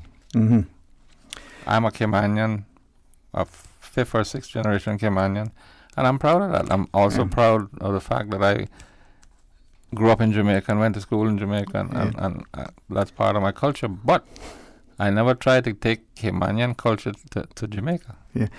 Unfortunately, the Jamaicans tried to bring the culture here, but But it is something that I think that we have too long ignored, and we got to be careful that it hasn't become a festering sore. Be quick on one breath. But go ahead. Well, it's only festering if we allow it to. You're right. Know, and the sooner or later that we make people aware of the fact that, listen, you come here, you're enjoying all of the niceties that we have to offer, but it didn't just happen. Right. That safety, security, stability, and sanctity that we have can only continue if we're civil. Exactly. And we're we champion with 135 nationalities, right? But we only pay lip service if we don't embrace all of it, have a healthy respect, demonstration, promotion, support, and all the thing of what is Cayman. I think the word is humility. Everybody needs humility. A vast degree of humility in their lives. For us to mingle and jingle together without fuss or everybody having a gun or whatever. You know? As you see, that two things immediately spring to mind. The lyrics of Third World are talking about love needs a little more love in the world today, right? Mm-hmm. But also we refuse, or some of them interpret and misapply because it's beneficial to us. The golden rule. It's not he who has the gun or who has the gold, that makes the rule, right? And that's what we're doing. We're believing because we're walking quietly and carrying a big stick that we can beat others over the head. And I think too that I'm a very religious person. Mm. I'm a Catholic by religion. However, I respect the person who's an Adventist or any other denomination, religious. Yes, sir. Mm-hmm. But people, the average person on the street, you mention God and say, well, who's God? And that is a no-no in my book. You have to acknowledge that there is a supreme being. Yeah. I mean, I get up in the morning and I go, like this morning I had to. They come and take the garbage out, so I go and take my garbage pan and bring it back in. Mm-hmm. And there are these birds, I can't remember which, nightingale or something, and they're chirping away, and there's a hen with 5 chickens and a rooster, and everybody, everybody's living happily. And yeah, man. And when you think of it, there has to be a supreme being for all this to happen. In unison. You see, for me, it's about relationship as opposed to religion, right? And I don't say that for it to be a flowery, because as you just shared, whatever denomination or religious sort of calling that you follow, it's about the supreme being.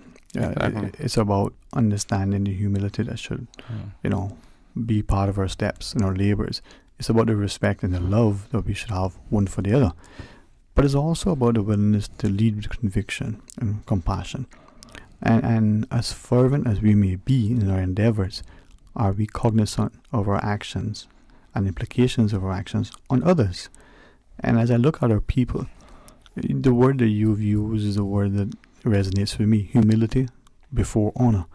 The lack of humility in so many of us, from the bank manager to the politician, to even the person who stands at the gate that says, okay, you can now enter, right? Especially now where there's a limit on capacity because of everything else. It's funny talking about that. Something that came to mind. Mm-hmm. Most of the security guards are foreigners. Saturday, the 27th, was this Red Seals or whatever. Red Scared Night. Red Scared Night. Yes, sir. Yes, sir. We, as an association, Seafarers, we participated last year, and they asked us to participate this year. Mm-hmm. Unfortunately, I had to go to the BRAC for a funeral of my aunt. Yes, sir. So the vice president and the office manager, they made all arrangements to be there. So when I came back, I said, "How did it go?" Well, we didn't participate. Why? Well, now this is down at the Harkville. Mm-hmm. And the security guards weren't accommodating, and there was, well, you have to do this or else. They wanted them to go all the way down to Camana Bay and Park, and they had all these books that we normally sell. I mean, that can't happen. But it's come back with respect too, And you know, and so my vice president and the office manager said, well, sir, we have all these. I'm sorry, you got to go down there. I mean, that, Well, you see, this is where I think that and you see, actions like that create further actions, and then before you know it, it's all out of hand. Yep. Yeah. I like the way you said it, because I probably wouldn't have been as diplomatic. We need to have respect. We need to have appreciation. We need to have an understanding. The growth of our population and explosion in our development over the last decades will necessitate increased labor to fill all the new and existing positions. The population, I bet, by statistics, would indicate, irrespective of how you want to carve it up, that there's going to be an increasing number of people who become... But people have to... I mean, you know, my daughter just recently changed jobs. And I keep, every evening I see her, I say, how was the job? Well, they're certainly not teaching me anything more. I say, are you doing the same thing you were doing? Yes. I said, well, they don't need to teach you. You know? But if I'm going into a new job, then you should have somebody trying to guide me along, you know. But Mr. Denson, isn't that something quite strange? We're told, as a Caymanian in the workplace, that as the work permit holder takes up position, that we should train and show and help them to get acclimated as fast as possible, as best as possible. I would imagine that to date, the hospitable disposition that we possess would mean that we would do that almost automatically. But when the roles have been reversed, we've heard allegations that the new Caymanian employee in the organization has, not always, on occasion, found it challenging to even find out, well, you know, where the bathrooms are. How do we do this? How do you log into the system? They're not receiving the same level of training, support, and the like. Now, if that is where what I was talking about earlier. Yes, sir. Know, yes, sir. Foreigners come and think that but they need to do things to suit them, not. But how can you expect anything different if, as it was alleged, not even in past, but even recently, that a company facing hard times decides to downsize. So it's going to lay off people, and the first to go are the Caymanians. And when you come to say, well, you're a Caymanian, you'll find a job easier. You're a Caymanian, you can go to the government for assistance. Well, we paid for this work permit, so we need to make sure to get the money's worth from it, right? And then the government, this one, the one before, whichever says, well, yes, that's okay. We actually support that policy of that employer. Now, if that is what is alleged and that's what's become the practice, it's the accepted norm, how can you expect anything otherwise? Yeah, well, you know, it's and there also, in addition to humility, you know, people have to have a willingness. The word humility rhymes with willingness because one without the other, it just don't happen. Yeah. So you have to be willing to compromise. You have to be willing to learn. You have to be willing to change. Because you're not God, so you don't know it all. You know. Yeah. You're not omnipotent, omniscient, omnipresent. Huh? But then that willingness, you see, this is why, for me, on a personal level, it is absolutely imperative that we reach out across the divide to find ways to unify. I liken my experience in Cayman to what I imagine my father's was as a seafarers in general, traveling the globe, meeting many people, having experiences in many ports and understanding that there are many differences amongst us, but there's more that we're alike than we're not alike. So as I live in Cayman, I've been blessed to meet and interact and get to know so many different people, to learn so much, to understand that some of the things that I read in the history books, well, that's exactly how it happened, or no, it was a little bit different from their perspective, or to taste the foods, or to hear how a particular person may laugh at something because of... I'm glad you mentioned laugh, because there's so many people walking around with these frowns on their face, you know. I like to say to them, I mean, I'm a happy-go-lucky guy, but I'm very cognizant of the fact that other people can't be like that. Yes, but sir. I'll say, especially when I go to the supermarket, you know, the cashier, she has this sourness. I say, smile. I say it takes four muscles to smile and 14 to frown. Which one would you prefer? Much easier, right? And then they laugh. Yeah. But Mr. Denson, there are others, right? We know the scripture talk about the devil coming to kill, steal, and destroy, right? To take your joy and like. But there are those amongst us who seem to be, I don't know, they seem to get pleasure out of stealing one's joy. Yeah. And so, I don't make them steal my joy. Well, I can't.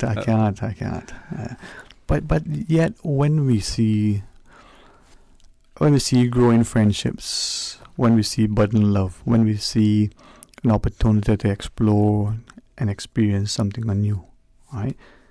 There are those who would come alongside, some genuinely with a cautious optimism, others with a hidden agenda to put you off a path that otherwise will bring you that joy, that fulfillment, that contentment. You have to make your own path. Happiness is not bought, Happiness is you make happiness. Sorry, I was saying. So if I make myself unhappy, then I'm going to be unhappy. So to thine own self be true. Exactly.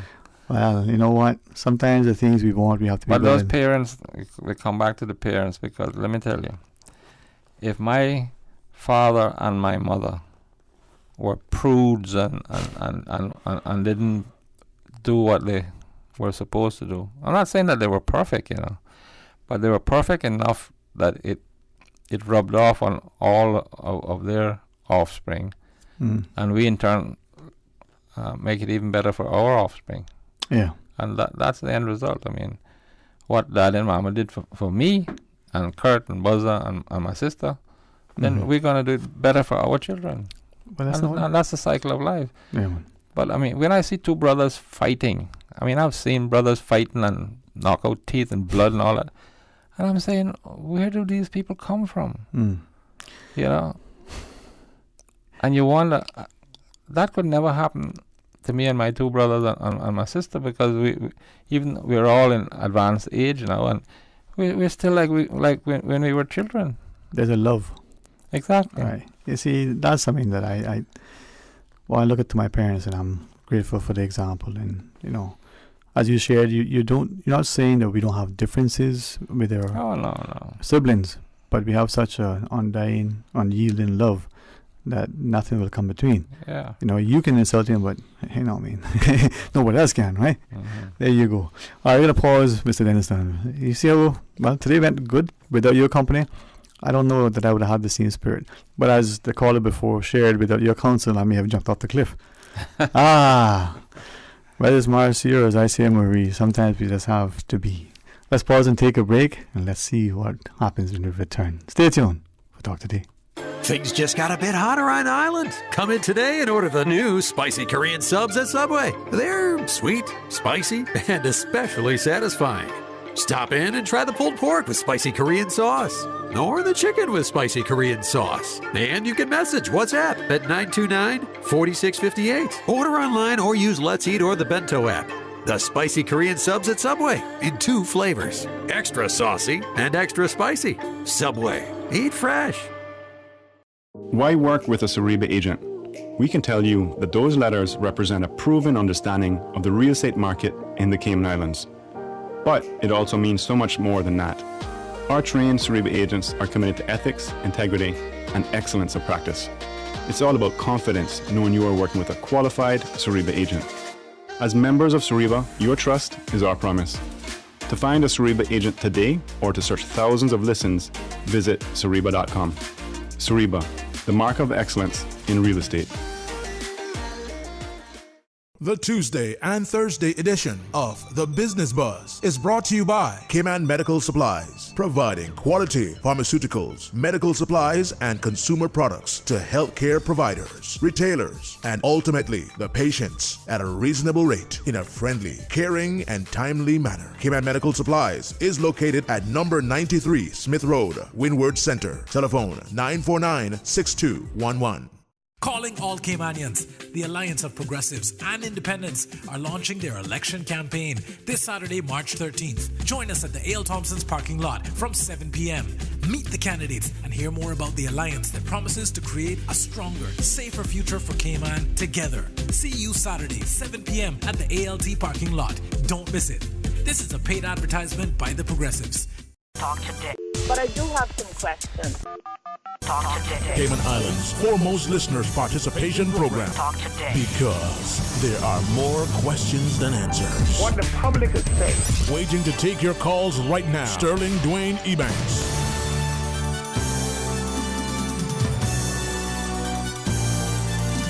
Hey, good afternoon and welcome back. Thank you so much for joining us. And I hope not only have you enjoyed this afternoon, I know I have. I think you feel the love and you appreciate the good counsel of Mr. Denniston Tibbetts. Sir, this is a country that I think we need to fight together to ensure that we protect, not only because of the respect of the sacrifice and the service of those who've gone before, but equally the importance of where we are in this time. The fact that we will go to the polls in short order and cast informed ballots. The fact that we want to champion a healthy democracy because of the civility, but also the sanctity of what that process is and should be.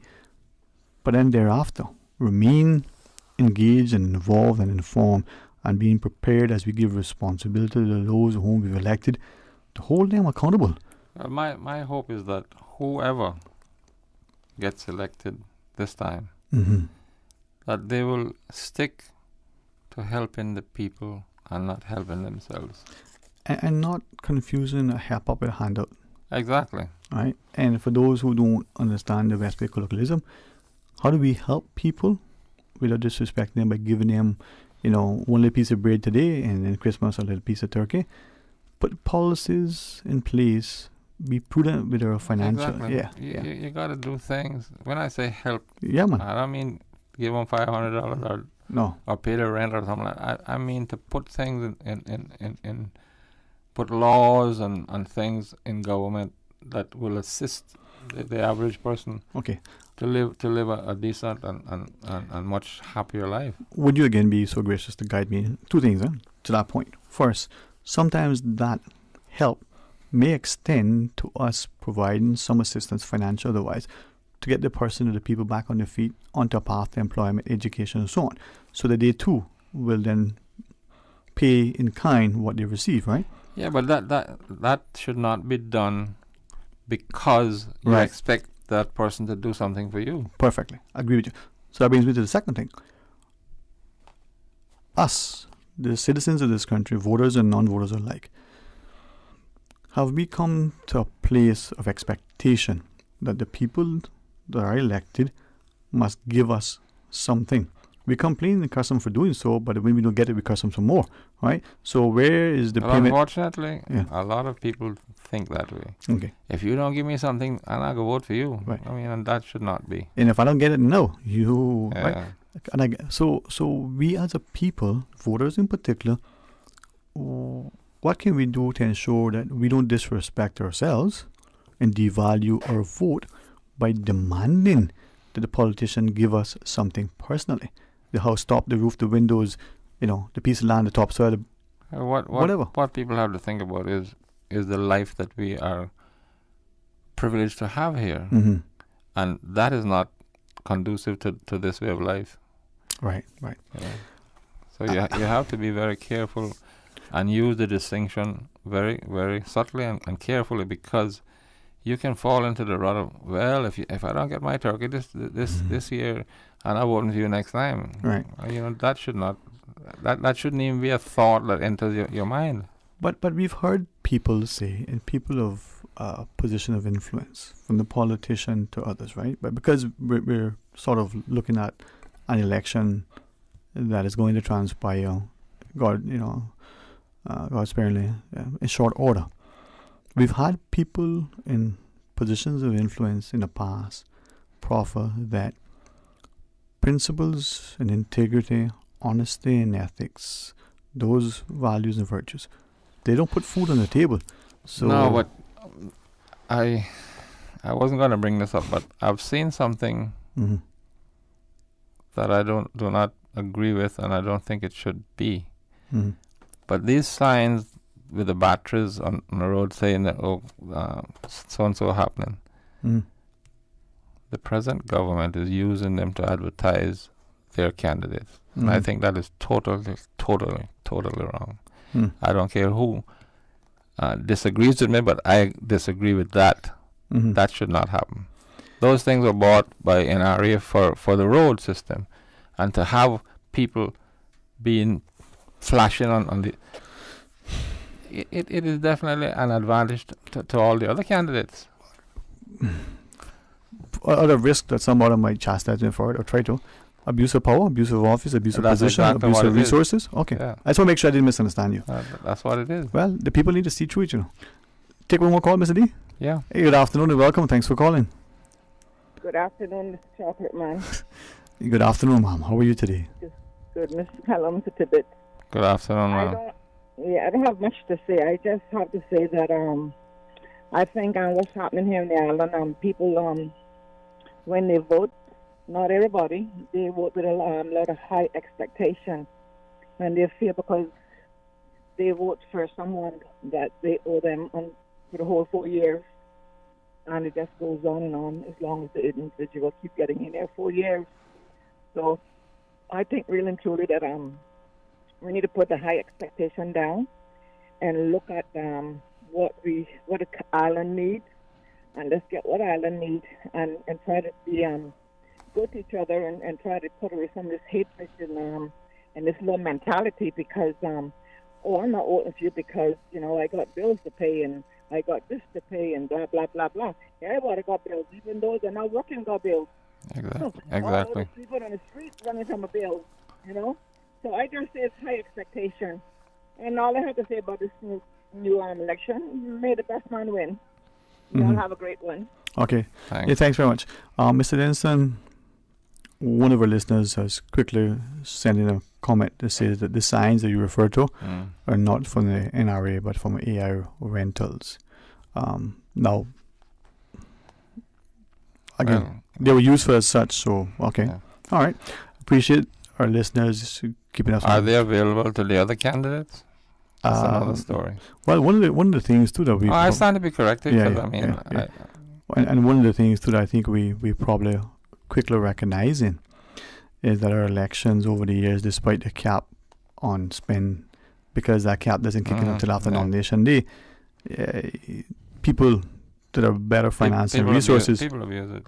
Yeah. So it's but it's even if it's from AI rental or A1 rental, whatever it is, they should be available to everybody. Not just the red people, the red. People, the progressives. Yeah. Well, so I think from what you shared today, it comes down to a number of things. Humility above all, right? But also unwillingness, a sense of integrity on all of us, and the importance of us, the collective we. You see how quickly somebody replied to that? Now, why didn't the other candidates question that? Yeah, well, are only the PPM people? They're the only ones who can afford it, or what? But remember, an incumbent government can always have an advantage when they can, the dealer, with the cards, hold them close, right? So the banker does too. The banker. I was trying not to use that word. Boy, but it's a changed political landscape. And, definitely so. Yeah. So you would be surprised how many people have called me. Well, why are you not running? I have my reasons, and they're my reasons. Your brother, he didn't win the first time. My brother has nothing to do with me. We love each other and we get along good and we play dominoes together. But that's it. All right. Let's take one last call, Mr. Denson. Go ahead. Hey, good afternoon and welcome. Thanks for calling. Hey, Sterling and Mr. Tibbetts. Good afternoon. How are you guys today? Excellent. Blessed. I've been listening and I'm fine. Very, very good points. What Mr. Tibbetts say about the signs, the person that sent in the message, I did send in a message also. They are privately owned, but they are extremely expensive. Where the red people, like you say, are getting the funds from, is another story. And I really ain't going there. But one thing I can say, they are extremely expensive. Not everybody, not many of the candidates can afford that type of advertisement. Are you suggesting that the all the incumbents can afford it, or what?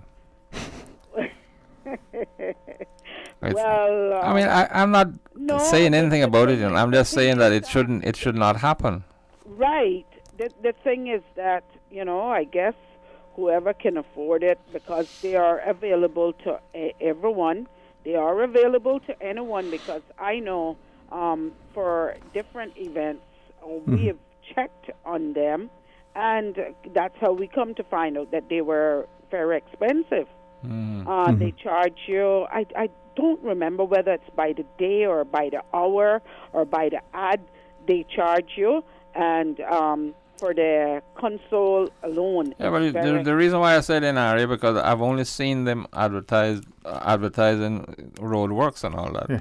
That's why I said that they were NRA. Yes, it's some of them that I think government might have some, but these ones, they are different and they are privately owned. But Mr. Tibbetts, like you said, there's only certain people that can afford them. Some of the, other ones that are running can't afford that kind of thing. And I thought that you're only allowed a certain amount for your campaign. Well, that's what Sterling was saying. You can use as much as you want, then at the nothing is done, but at the end of it, you can put whatever you want on that paper. Yeah. I know because I was there one time. Yeah. I just hope and pray, I'm praying for the best to come out of this election because God knows, I know, and God knows that we need a change. And I hope and I pray that the Caymanians wake up and smell the roses. That's all I have to say. I am assisting two different campaigns, and I do it for the love of country. I do it for people that I see mean well. And Mr. Kenneth Bryan is one I can say that wide and clear because that young man has worked his butt off for the past 4 years.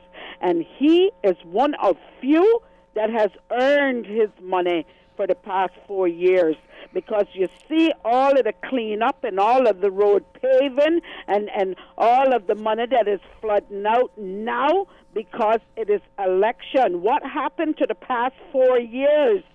Where were they? What happened to them? The question. You haven't seen any of them in the districts or any of them. You never ever seen one of them come to your place, and now they paving every road they can pave, and still those that need paving the worst way isn't getting done.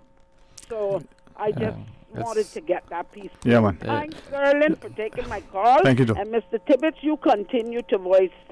All right. Thank you. All the best, sir. All the best. Bye-bye. Well, you see how the day has went quickly. And I have learned a lot, and I thank you for your time. What? We need to do it some more. You know what? I'll have your people call my people. When's good for you? Let me check. No one. Thank you for that. If you would, yes. In closing, sir, where's the wisdom? What do you want to leave with our listeners? Well, first of all, let me thank you for inviting me here today. And I honestly had not even one little thought of what would happen or what would transpire, what would be asked. But I'm glad that I was able to at least tell people what I feel, and and I'm not always right, but I'm right most of the times, I think, because I do it in a humble and willing way, you know. And I do my meditation every morning, Even my daughter is thrilled. She says, "Daddy, well, you do it, and I should be doing it too." Because I believe in my God. I believe that there's a supreme being, and I believe that God has a path for all of us. Indeed.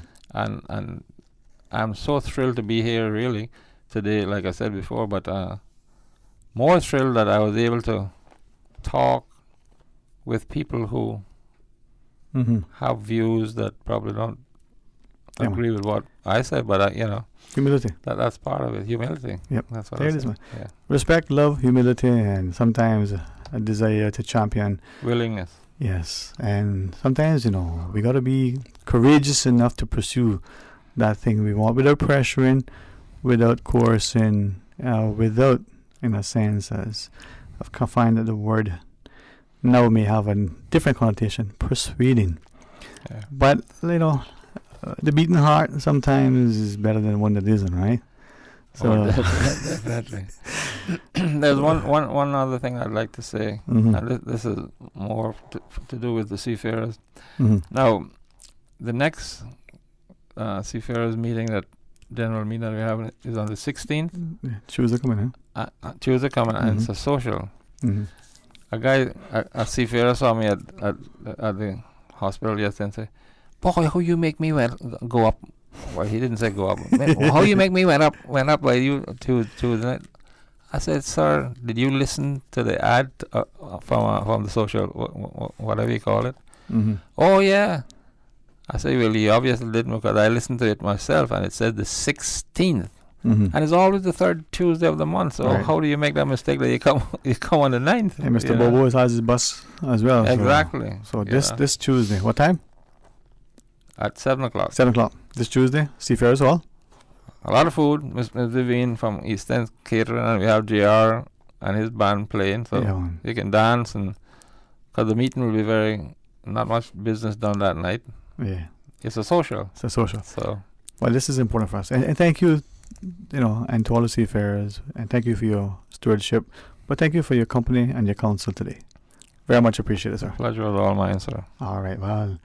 Now, quick reminder, tonight, the candidates forum continue. We have Savannah, and you can watch it on Radio Cayman's Facebook page, all of the CIG TV's cable channels, and the Chamber's YouTube as well. Well, I made a request for a song by my favorite artist, Billy Joel, honestly. Will it be played? Well, I'll tell you what. Why I say it is because, honestly, humility is important. And Miss Susan said, "You know what, on a campaign trail, so stop off your soapbox." If I stop talking... You can see her, I can't. Yeah. Well, trust me, it's a good sight to behold. I want to have one better. All right, tomorrow is Friday, and I'm looking with bated breath to what may transpire as the day draws nigh. But I must say, my heart is imbued with much, and as I try my best to be humble, I trust I'll always be honest. To our listeners, thank you for your time, your prayers, and tomorrow, God's willing, you'll join us again for more Talk Today right after the midday news. But first, start the day off with Mr. Art for the record. Until then, be blessed. Talk Today is brought to you by Subway, open 24 hours in Countryside, Anderson Square in Georgetown, and Centennial Towers in West Bay. And by the Ministry of District Administration, Tourism and Transport. Explore your history, explore your land, explore your sister islands.